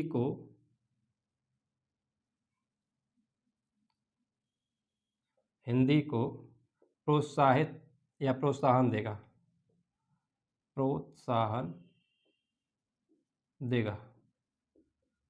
ठीक है, तो ये किस में बोला गया है? तो ऐसे कई आर्टिकल और भी है, एक दो आर्टिकल, लेकिन ये ज़्यादा इंपॉर्टेंट थे तो ये हमने आपको लिखवा दिए। ठीक है, अगर आपसे बोला जाए कि डीपीएसपी के बारे में विभिन्न लोगों ने कुछ बोला है। हाँ, एक चीज़ और बताने वाले थे कि 42वें संविधान के संशोधन के तहत कौन से आर्टिकल जोड़े गए, है ना? अगर डीपीएसपी में अगर आपसे पूछा जाए तो ठीक है, उसे याद रखना। तो हेडिंग बनाओ 42वें संविधान संशोधन के तहत जोड़े गए डीपीएसपी के आर्टिकल। ठीक है, 42वें संविधान संशोधन के तहत जोड़े गए डीपीएसपी के आर्टिकल। देखो कुछ भी अगर रहना नहीं चाहिए अगर आप लोग पढ़ रहे हो तो। ठीक है, तो 42वें संविधान संशोधन के तहत ऐसे लिखो 42वें संविधान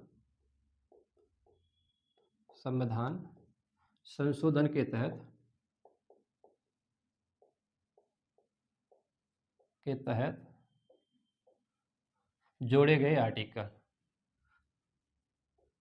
जोड़े गए डीपीएसपी के आर्टिकल।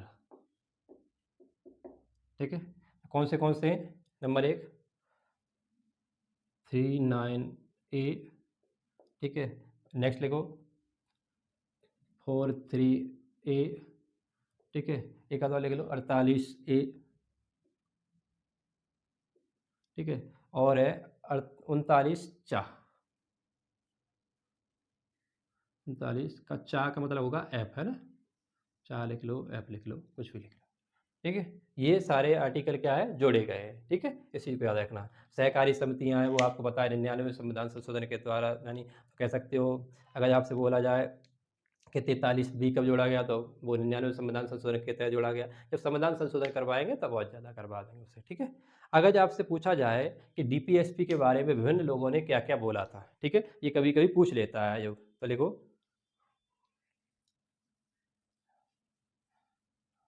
डीपीएसपी के बारे में विभिन्न विचारकों के विचार। Number 1 doctor Bhimrao Ambedkar.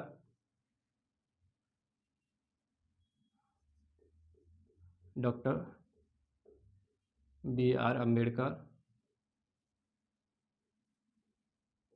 ठीक है, इन्होंने क्या बोला था, कोई बता सकते हैं? तो लिख लो। देखो आर्थिक लोक, ये क्या है जो डीपीएसपी है वो क्या करते हैं? आर्थिक लोकतंत्र की स्थापना करते हैं। ठीक है, ये डीपीएसपी क्या करते हैं? देख लो डीपीएसपी आर्थिक लोकतंत्र की स्थापना करते हैं। तंत्र की स्थापना करते हैं। ठीक है, लोकतंत्र की स्थापना करते हैं। एक आध और लिख लो, काम ही देंगे, बढ़िया रहेंगे। BN राव के द्वारा लिख लो।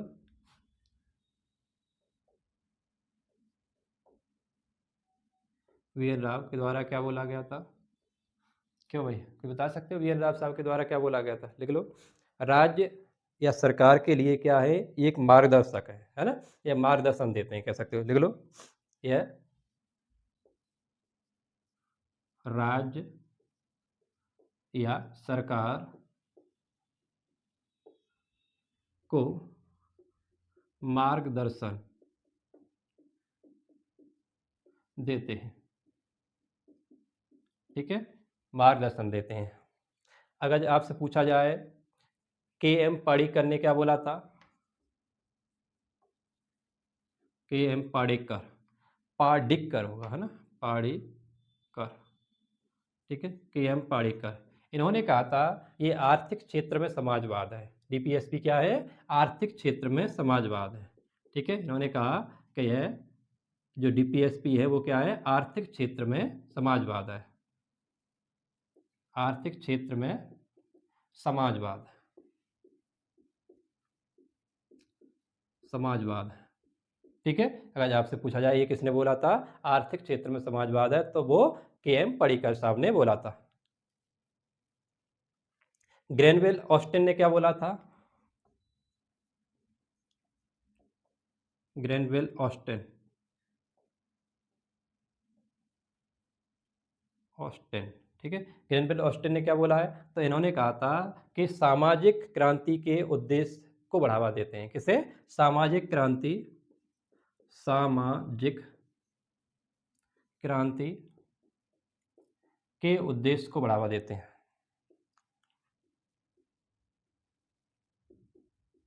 उद्देश्य को बढ़ावा देते हैं, बढ़ावा देते हैं,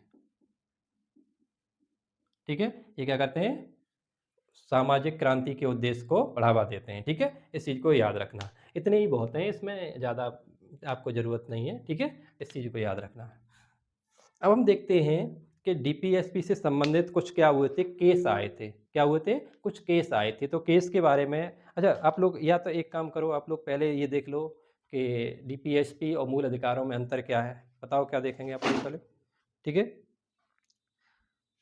चलो चाहे केस ही लिख लो पहले, है ना, केस ही सही रहेंगे, क्योंकि केस पहले कर लोगे फिर अंतर देख लेंगे, ठीक है। तो आप लोग को देखो डीपीएसपी और कुछ संबंधित केस, ऐसे देखो डीपीएसपी से संबंधित कुछ केस, ये बनाओ हेडिंग, ठीक है। डीपीएसपी से संबंधित कुछ केस, डीपीएसपी से संबंधित कुछ केस, क्योंकि ये बहुत ज़्यादा इंपॉर्टेंट है, हर एक परीक्षा में आते हैं। तो ज़्यादा नहीं, 2-3 केस करवाएंगे, 3-4 केस हैं ज़्यादा इंपॉर्टेंट, वो आपको पता होने चाहिए बस। उसके बाद में थोड़ा कंपैरिजन कर लेंगे 2 मिनट में, वैसे ही हो जाएगा ये प्रॉपर तरीके से डीपीएसपी। थोड़ा बहुत समय इस बार आज ज़्यादा हो रहा है क्लास में, लेकिन कोई बात नहीं, एक क्लास में ही फिनिश करते हैं, है ना। थोड़ा बहुत ज़्यादा हो जाए देख लेना आप लोग, ठीक है। देखो फंडामेंटल बनाम डीपीएसपी, न्यायिक निर्णय, अगर आपसे बोला जाए फंडामेंटल यानी राइट बनाम डीपीएसपी,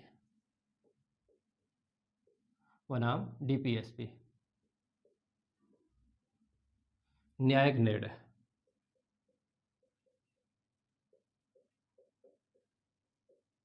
न्यायिक निर्णय कहने का तात्पर्य यह है कि कोर्ट में केस गए कि फंडामेंटल ज़्यादा इंपॉर्टेंट है या डीपीएसपी, यानी फंडामेंटल बढ़े या डीपीएसपी बढ़े। तो इसके लिए सबसे पहले एक केस आया जो कि 1951 में आया, आपको बताया चंपकम दोराई राजन का केस सुना होगा आपने, बहुत इंपॉर्टेंट है। तो नंबर 1 लिखो, चंपकम दोराई राजन, चंपकम,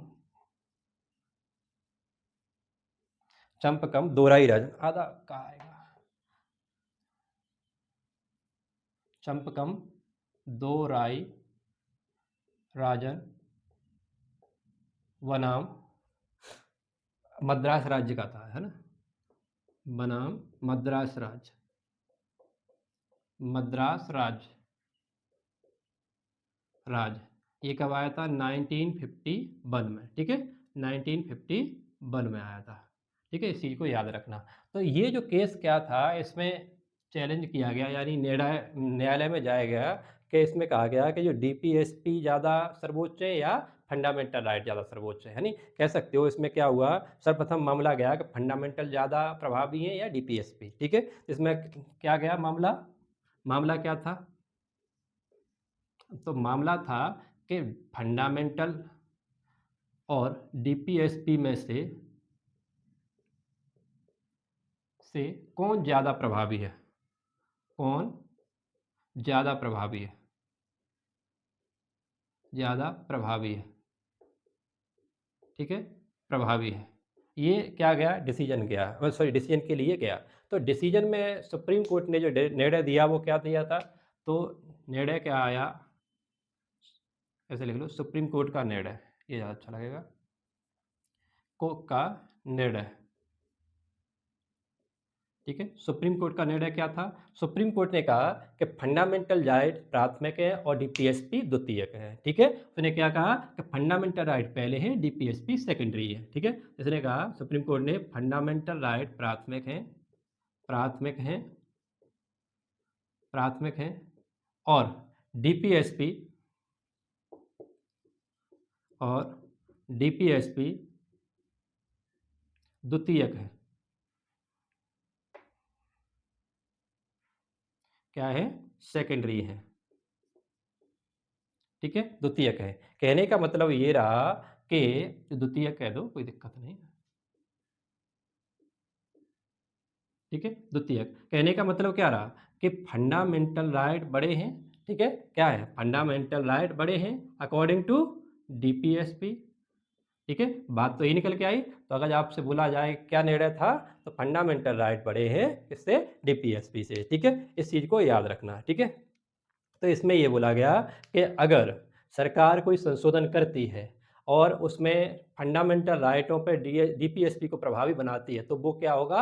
अमान्य होगा। यानी वो क्या माना जाएगा? वो अमान्य माना जाएगा, यानी गैर संवैधानिक माना जाएगा। यानी संविधान संशोधन जो करेगी वो असंवैधानिक घोषित कर दिया जाएगा। ठीक है, इस चीज़ को याद रखना। ठीक है, अब क्या होता है कि सरकार ने जब ये चीज़ देखी कि ये सरकार ने देखा कि ऐसा सुप्रीम कोर्ट तो क्या कर रहा है, इसे अमान्य कर रहा है। अब दिक्कत आ गई उसके सामने कि हम डीपीएसपी को कैसे लागू करवाएं।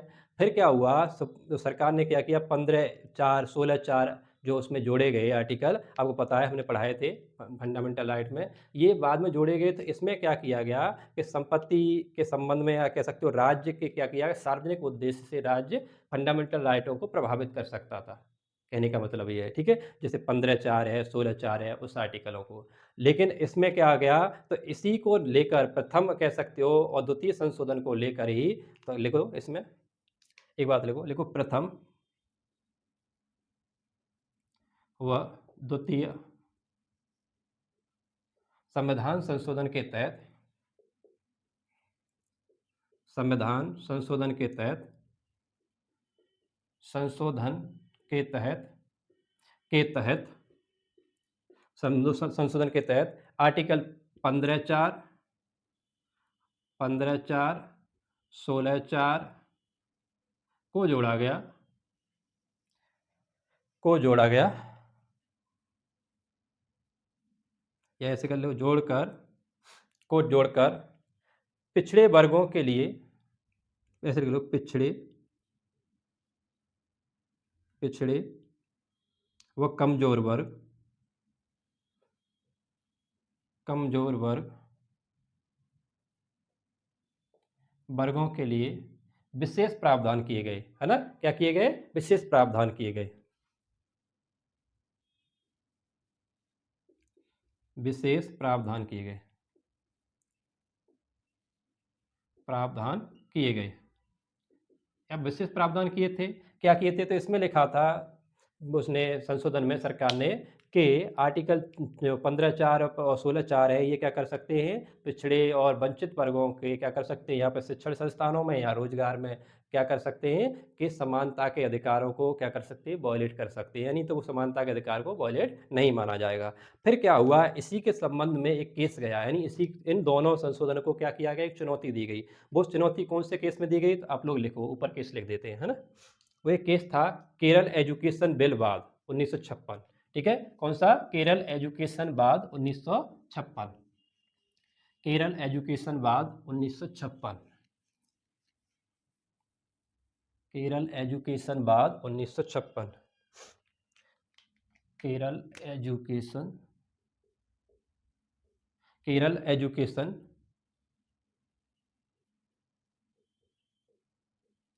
एजुकेशन बाद, बाद का मतलब होता है केस। ठीक है, या ऐसे लिख लो, ये ज़्यादा अच्छा लगेगा, Kerala education bill, Kerala education bill बाद 1956, 1956 में। ठीक है, इसमें क्या किया गया, पहला और द्वितीय संशोधन को चुनौती दी गई। ठीक है, इसमें क्या किया गया, प्रथम और द्वितीय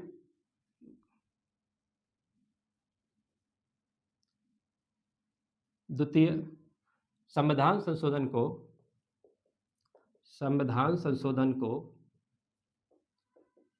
संशोधन को चुनौती दी गई।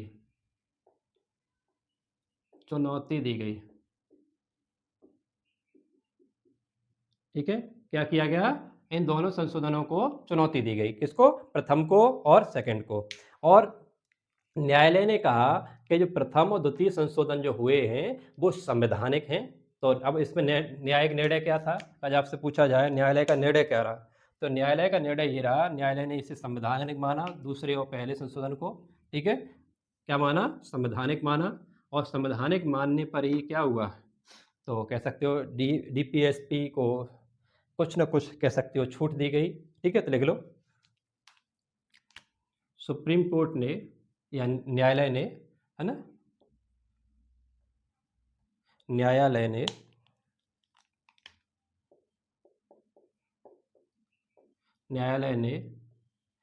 दोनों संशोधनों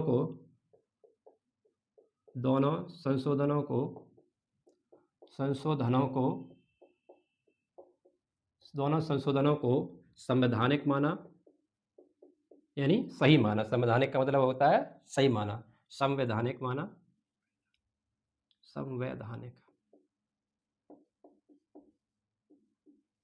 संवैधानिक माना।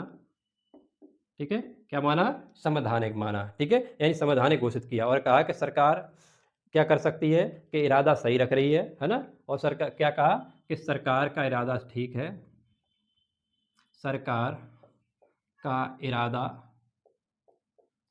ठीक है, यानी सही काम कर रही है सरकार। ठीक है, सरकार का इरादा ठीक है और साफ है। ठीक है, वो क्या कर रही है, और इसने कहा कि फंडामेंटल राइट के विस्तार को ये निर्धारित कर सकती है, यानी समय डीपीएसपी प्रभावी बनाए जा सकते हैं। ठीक है, इसने कहा कि फंडामेंटल राइट के विस्तार को निर्बाध किया जा सकता है, कह सकते हो फंडामेंटल राइट पर डीपीएसपी को प्रभावी बनाया जा सकता है। ठीक है, तो डीपीएसपी का भी ध्यान रखना पड़ेगा कोई नीति बनाएंगे तो। ठीक है, तो इसमें क्या हुआ, कह सकते हो ऑल ओवर बात कह सकते हो कि संवैधानिक निर्णय सही माना, संशोधन सही माना गया और सरकार क्या हो गई, अति सक्रिय हो गई। अब मान लो सरकार को क्या हुआ, सुप्रीम कोर्ट से छूट मिल गई कि अब संशोधन कर सकते हैं, और सरकार ने तुरंत ही कर दिया क्या, 25वां संविधान संशोधन कर दिया। ठीक है, कौन सा संविधान संशोधन किया? 25वां संविधान संशोधन किया। आपको पता है 25वां संविधान संशोधन किससे संबंधित है? तो 25वां संविधान संशोधन में क्या कर दिया, कुछ जो डीपीएसपी थे वो क्या किए, फंडामेंटल राइट पर प्रभावी बना दिए। लिखो, सरकार अति सक्रिय हुई, सरकार अति सक्रिय हुई,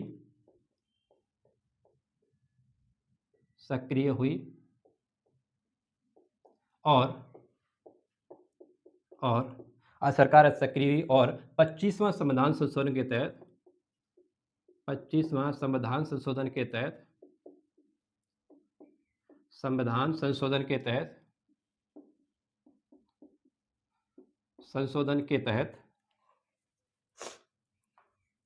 अच्छा 25वां संविधान संशोधन आया कब था, आप लोगों को सबको पता है ना? ऐसे तो हमने पढ़ा दिया था, फंडामेंटल राइट में नहीं पता है तो ध्यान रखना, ये कब आया था? 1971 में। ठीक है, 1971 में, ध्यान रखना। ठीक है, नेक्स्ट लिखो, इसमें क्या कहा गया 1971 द्वारा, देखो अनुच्छेद और क्या कहा, संशोधन, सरकार अति सक्रिय हुई और 25वां संविधान संशोधन किया देखो, जिसके द्वारा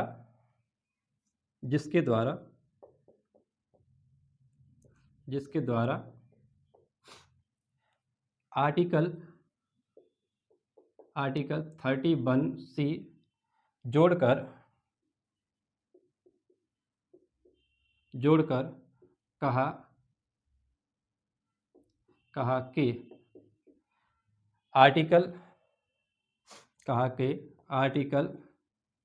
31B और 31C जो समाजवादी, जो क्या कर रहे हैं,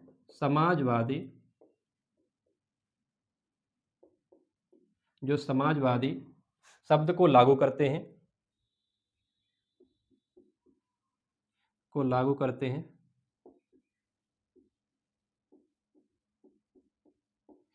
समाजवादी शब्द को लागू करते हैं तो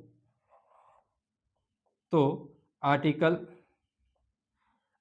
14 कि वो समानता का अधिकार की बात करता है, आर्टिकल 19 स्वतंत्रता के अधिकार की बात करता है, और आर्टिकल उस समय क्या था 31, ये क्या कहता मूल में, मतलब उस समय कह सकते हो उस संपत्ति के अधिकार की बात करता था। ठीक है, तो इन सबको क्या कर दिया बाद में, संपत्ति के अधिकार को बताया आपको, हटा दिया गया है ना 44वें संविधान संशोधन के तहत। तो इसमें कहा गया कि इनके क्या किया जा सकता है कि क्या बोला था हमने, हाँ आर्टिकल 31 और आर्टिकल 31 भी, आर्टिकल 31 को जो समाजवादी शब्द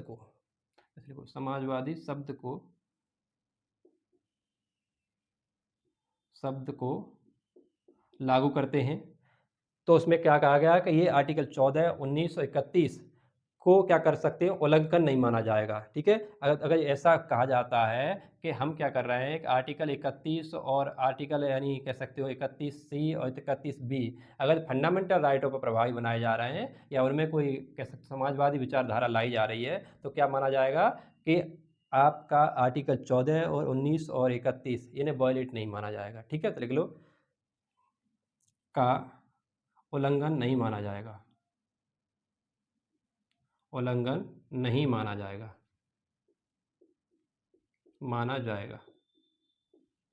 ठीक है, ये चीज़ याद रखना।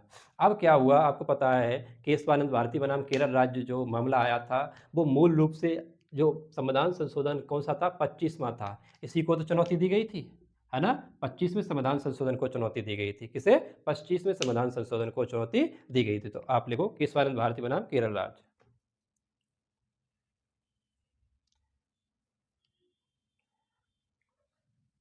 केशवानंद भारती बनाम केरल राज्य, बस अब क्या है, एक केस और है समाप्त।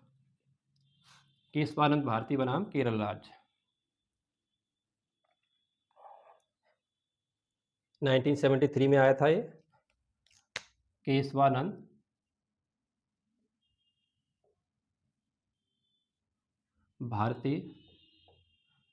भारती बनाम केरल राज्य। ठीक है, 1973 में आया था। इसमें हुआ क्या था कि 25वां संविधान संशोधन था, उसे चुनौती दी गई। ठीक है, इसमें क्या किया गया, 25वें संविधान संशोधन को चुनौती दी गई। 25वें संविधान संशोधन को चुनौती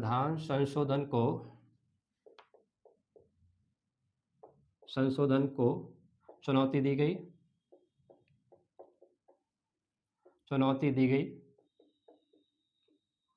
ठीक है, क्या किया गया, 25वें संविधान संशोधन को चुनौती दी गई, और इसी में उसने सुप्रीम कोर्ट ने क्या किया, एक बेसिक स्ट्रक्चर का ढांचा बनाया। क्या बनाया? बेसिक स्ट्रक्चर कह सकते हो या आधारभूत ढांचा का सिद्धांत दिया। इसी में सुप्रीम कोर्ट ने आधारभूत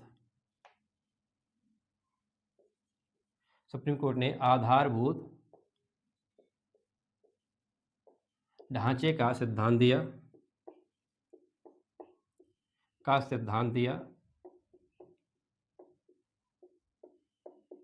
ठीक है, आधारभूत ढांचे का सिद्धांत दिया, इसको पता रखना चाहिए आपको, है ना। और उसने क्या कहा कि सुप्रीम कोर्ट ने कहा कि संविधान में सरकार कहीं भी संशोधन कर सकती है। ठीक है, क्या कर सकती है? कहीं भी संशोधन कर सकती है, बशर्ते क्या हो, मूल ढांचा या आधारभूत ढांचा है वो प्रभावित नहीं हो। यानी अगर जो सरकार चाह रही है कि कोई ऐसा काम किया जाए, कोई ऐसे डीपीएसपी प्रभावी बनाने के लिए फंडामेंटल राइटों में भी कोई संशोधन करना पड़े या प्रभावी किया जाए, तो ऐसा माना जाएगा। ठीक है, तो लिखो इसमें क्या हुआ, लिखो उसने कहा, सुप्रीम कोर्ट ने कहा कि सुप्रीम कोर्ट ने कहा कि 25वां संविधान संशोधन सही है।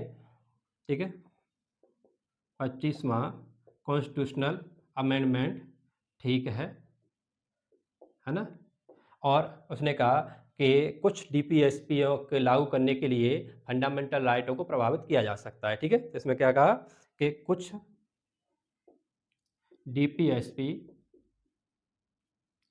डीपीएसपी को लागू करने के लिए के लिए फंडामेंटल राइट को प्रभावित किया जा सकता है, प्रभावित किया जा सकता है, किया जा सकता है,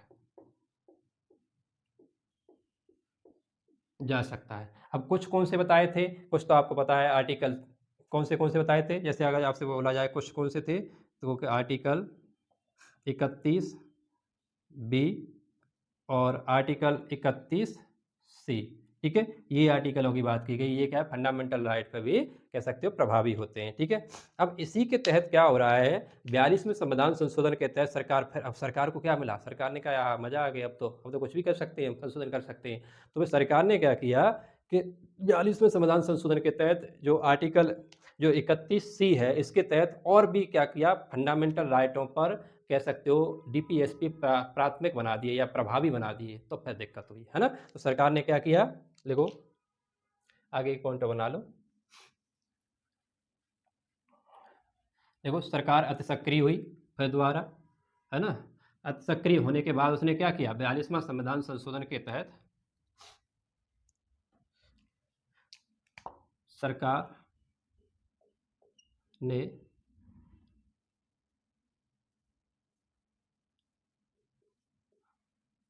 सरकार ने 42वें संविधान संशोधन के तहत संविधान संशोधन के तहत संशोधन के तहत संशोधन के तहत कहा कि कहा कि कहा कि आर्टिकल 31 सी के तहत 31 सी के तहत सरकार डीपीएसपी ऐसे लिख लो, फंडामेंटल राइट पर डीपीएसपी को प्राथमिक बना सकती है,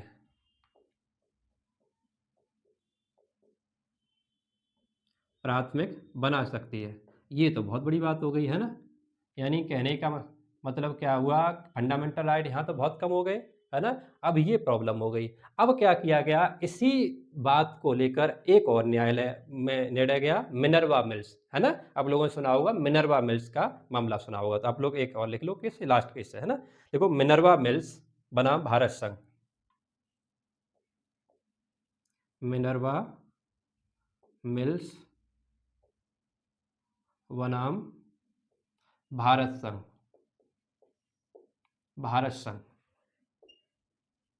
ठीक है। ये कब आया था, आप लोगों को किसी को पता है? तो ये आया था 1980 को। कब? 1980 में आया था। इसे क्या किया गया, 42वें संविधान संशोधन को चुनौती दी गई। 42वें कॉन्स्टिट्यूशनल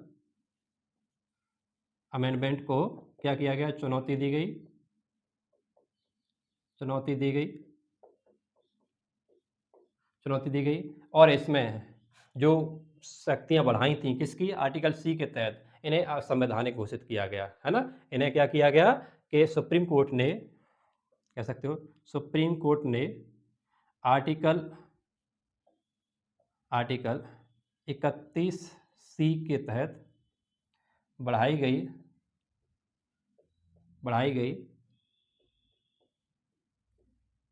शक्तियों को असंवैधानिक घोषित किया, असंवैधानिक घोषित किया,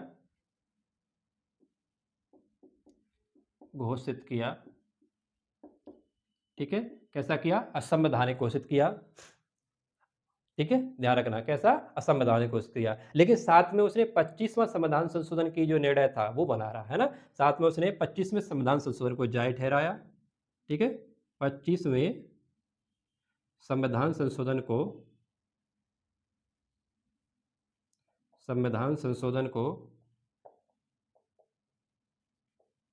संशोधन को सही ठहराया,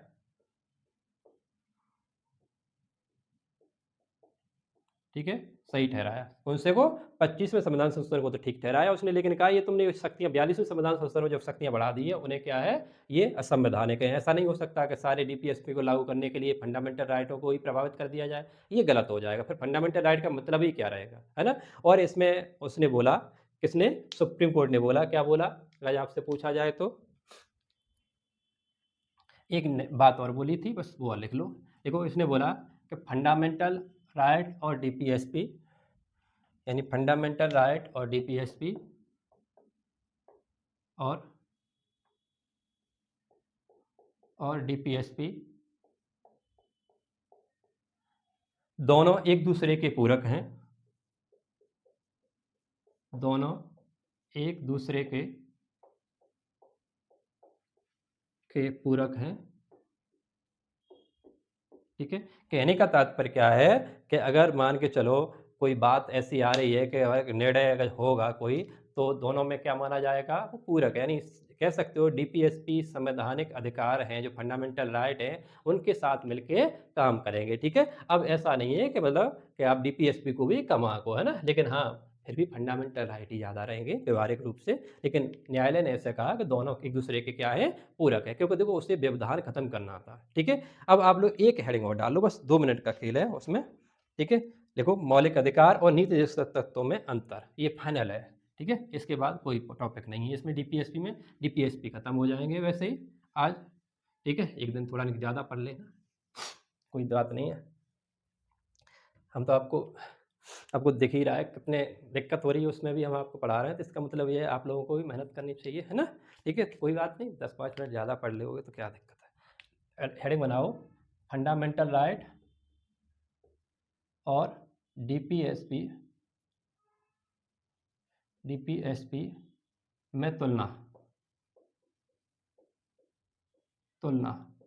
ठीक है, इसमें आपको सारी चीज़ पता चल जाएंगी, कौन क्या है कौन क्या नहीं है। ठीक है, तो आप यहाँ पे लिखो फंडामेंटल राइट, ठीक है, यहाँ लिख दो डीपीएसपी। ठीक है, इसमें ऐसे कर ले रहे हैं, ये ज़्यादा अच्छा तरीका होता है। तो आपसे कहा जाए तो ये भाग 3 में है, ये भाग 4 में है। ठीक है, ये भाग 3 में है, ये भाग 4 में है। ये यूएसए से लिए गए हैं, यूएसए से प्रभावित है। ठीक है, यूएसए से लिए गए। ये आयरलैंड से लिए गए, आयरलैंड से लिए गए। ठीक है, इस चीज़ को याद रखोगे नहीं, देखोगे। देखो ये क्या है, कानूनी रूप से कह सकते हो बाध्य है, यानी फंडामेंटल राइट क्या है, कानूनी रूप से बाध्य योग्य है ना, उन्हें न्यायालय में जाया जा सकता है, कह सकते हो उसके लिए, है ना। ये क्या है, कानूनी रूप से बाध्य है, कानूनी रूप से वाद्य है, वाद्य। ठीक है, ये अवाध्य है, क्या है, अवाध्य है। ठीक है, यानी इनके उल्लंघन होने पर आप न्यायालय में नहीं जा सकते हो। ठीक है, तो ये क्या है, अबाध है, यानी ये क्या है, न्यायालय में आप लोग नहीं जा सकते हो। ठीक है, तो इसमें अगर आप लोग ऐसे भी लिखना चाहो तो लिख लो कि इनके लिए आप न्यायालय में नहीं जा सकते, इसके लिए न्यायालय में जा सकते हैं। ठीक है, इस चीज़ को याद रखो।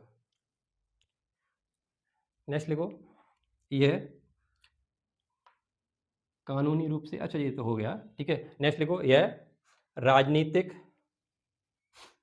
यह राजनीतिक और सामाजिक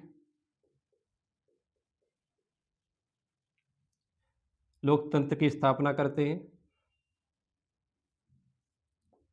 लोकतंत्र की स्थापना करते हैं।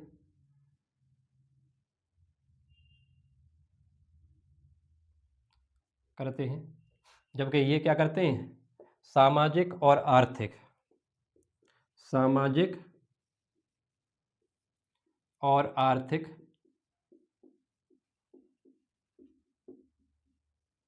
लोकतंत्र की स्थापना करते हैं, की स्थापना। ठीक है, ये क्या कर रहे हैं, सामाजिक और कह सकते हो आर्थिक लोकतंत्र की स्थापना कर रहे हैं। ठीक है, इस चीज को याद रखेंगे, क्यों भाई। एक आध बात और लिख लो, देखो, आपातकाल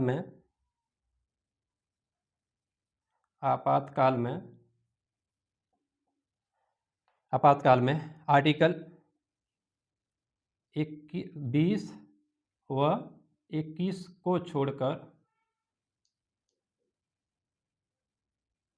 छोड़कर प्रेसिडेंट यानी राष्ट्रपति मूल अधिकारों का फंडामेंटल राइटों को निलंबित कर सकता है।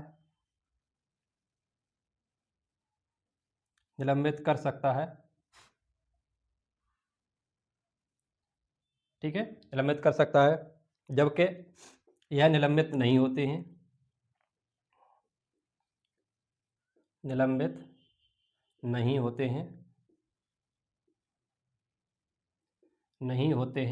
ठीक है, इस चीज़ को याद रखोगे, यह निलंबित नहीं होते हैं। ठीक है, इस चीज़ को याद रखना। ठीक है, सामाजिक और आर्थिक लोकतंत्र या कह सकते हो सामाजिक और कल्याण ज़्यादा है इसमें एक और लिख लो। चलो इसे हम साफ करते हैं, थोड़ा साफ करते हैं। देखो यह फंडामेंटल राइट में देखो यह व्यक्तिगत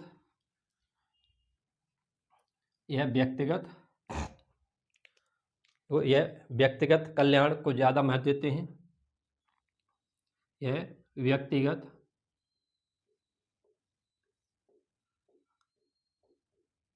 कल्याण को बढ़ावा देते हैं। इसे या तो व्यक्तिगत कल्याण तथा सामाजिक कल्याण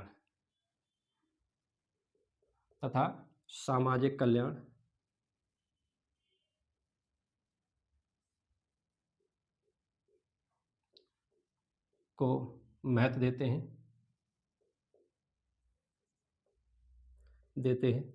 वहीं ये क्या करते हैं, सामाजिक कल्याण को ज़्यादा महत्व देते हैं। ऐसे एक मिनट लो ना, ये व्यक्तिगत कल्याण को ज़्यादा, थोड़ा चेंज करने दो, व्यक्तिगत कल्याण को ज़्यादा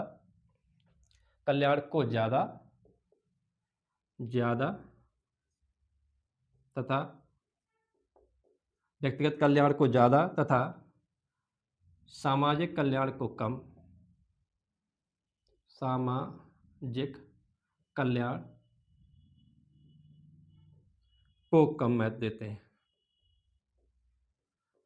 महत्व देते हैं। ठीक है, और ये क्या करते हैं, सामाजिक कल्याण को ज़्यादा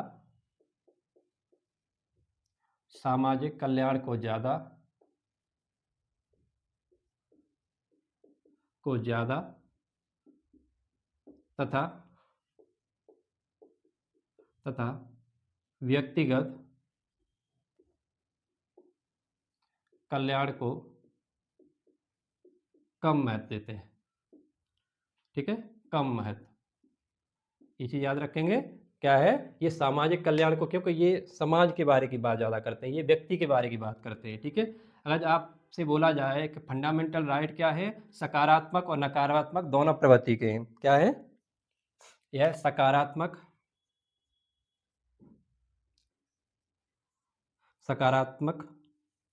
व नकारात्मक, ये पढ़ाए थे हमने आपको, सकारात्मक और नकारात्मक दोनों प्रवृत्ति के हैं, दोनों रूपों में पाए जाते हैं।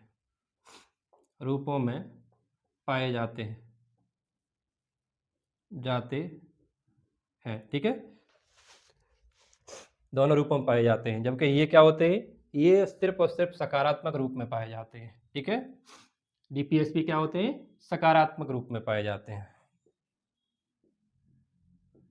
सकारात्मक रूप में पाए जाते हैं।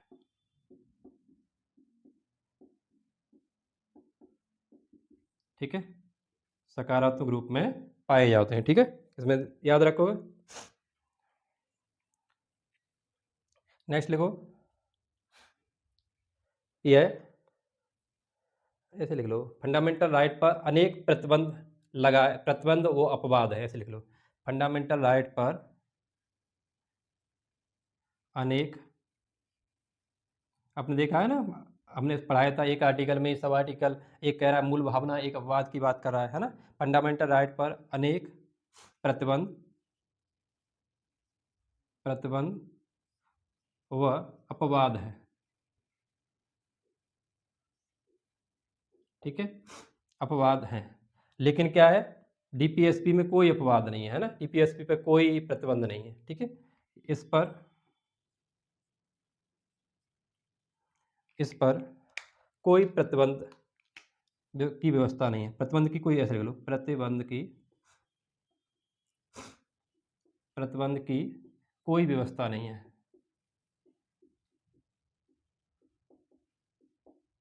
व्यवस्था नहीं है। ठीक है, इतना ही बहुत है। ये न्यायालय में प्रवर्तनीय है, ये न्यायालय में प्रवर्तनीय नहीं है। ठीक है, ये वाली बात तो हमने पहले ही बता दी आपको। तो दोस्तों, आज हमने डीपीएसपी समाप्त किए हैं, और नेक्स्ट क्लास हम उसकी, कह सकते हो, फंडामेंटल ड्यूटी की देख लेंगे। ठीक है, और दोस्तों, आप लोग वीडियो को ज़्यादा से ज़्यादा लोगों के पास शेयर किया करो, है ना। धन्यवाद।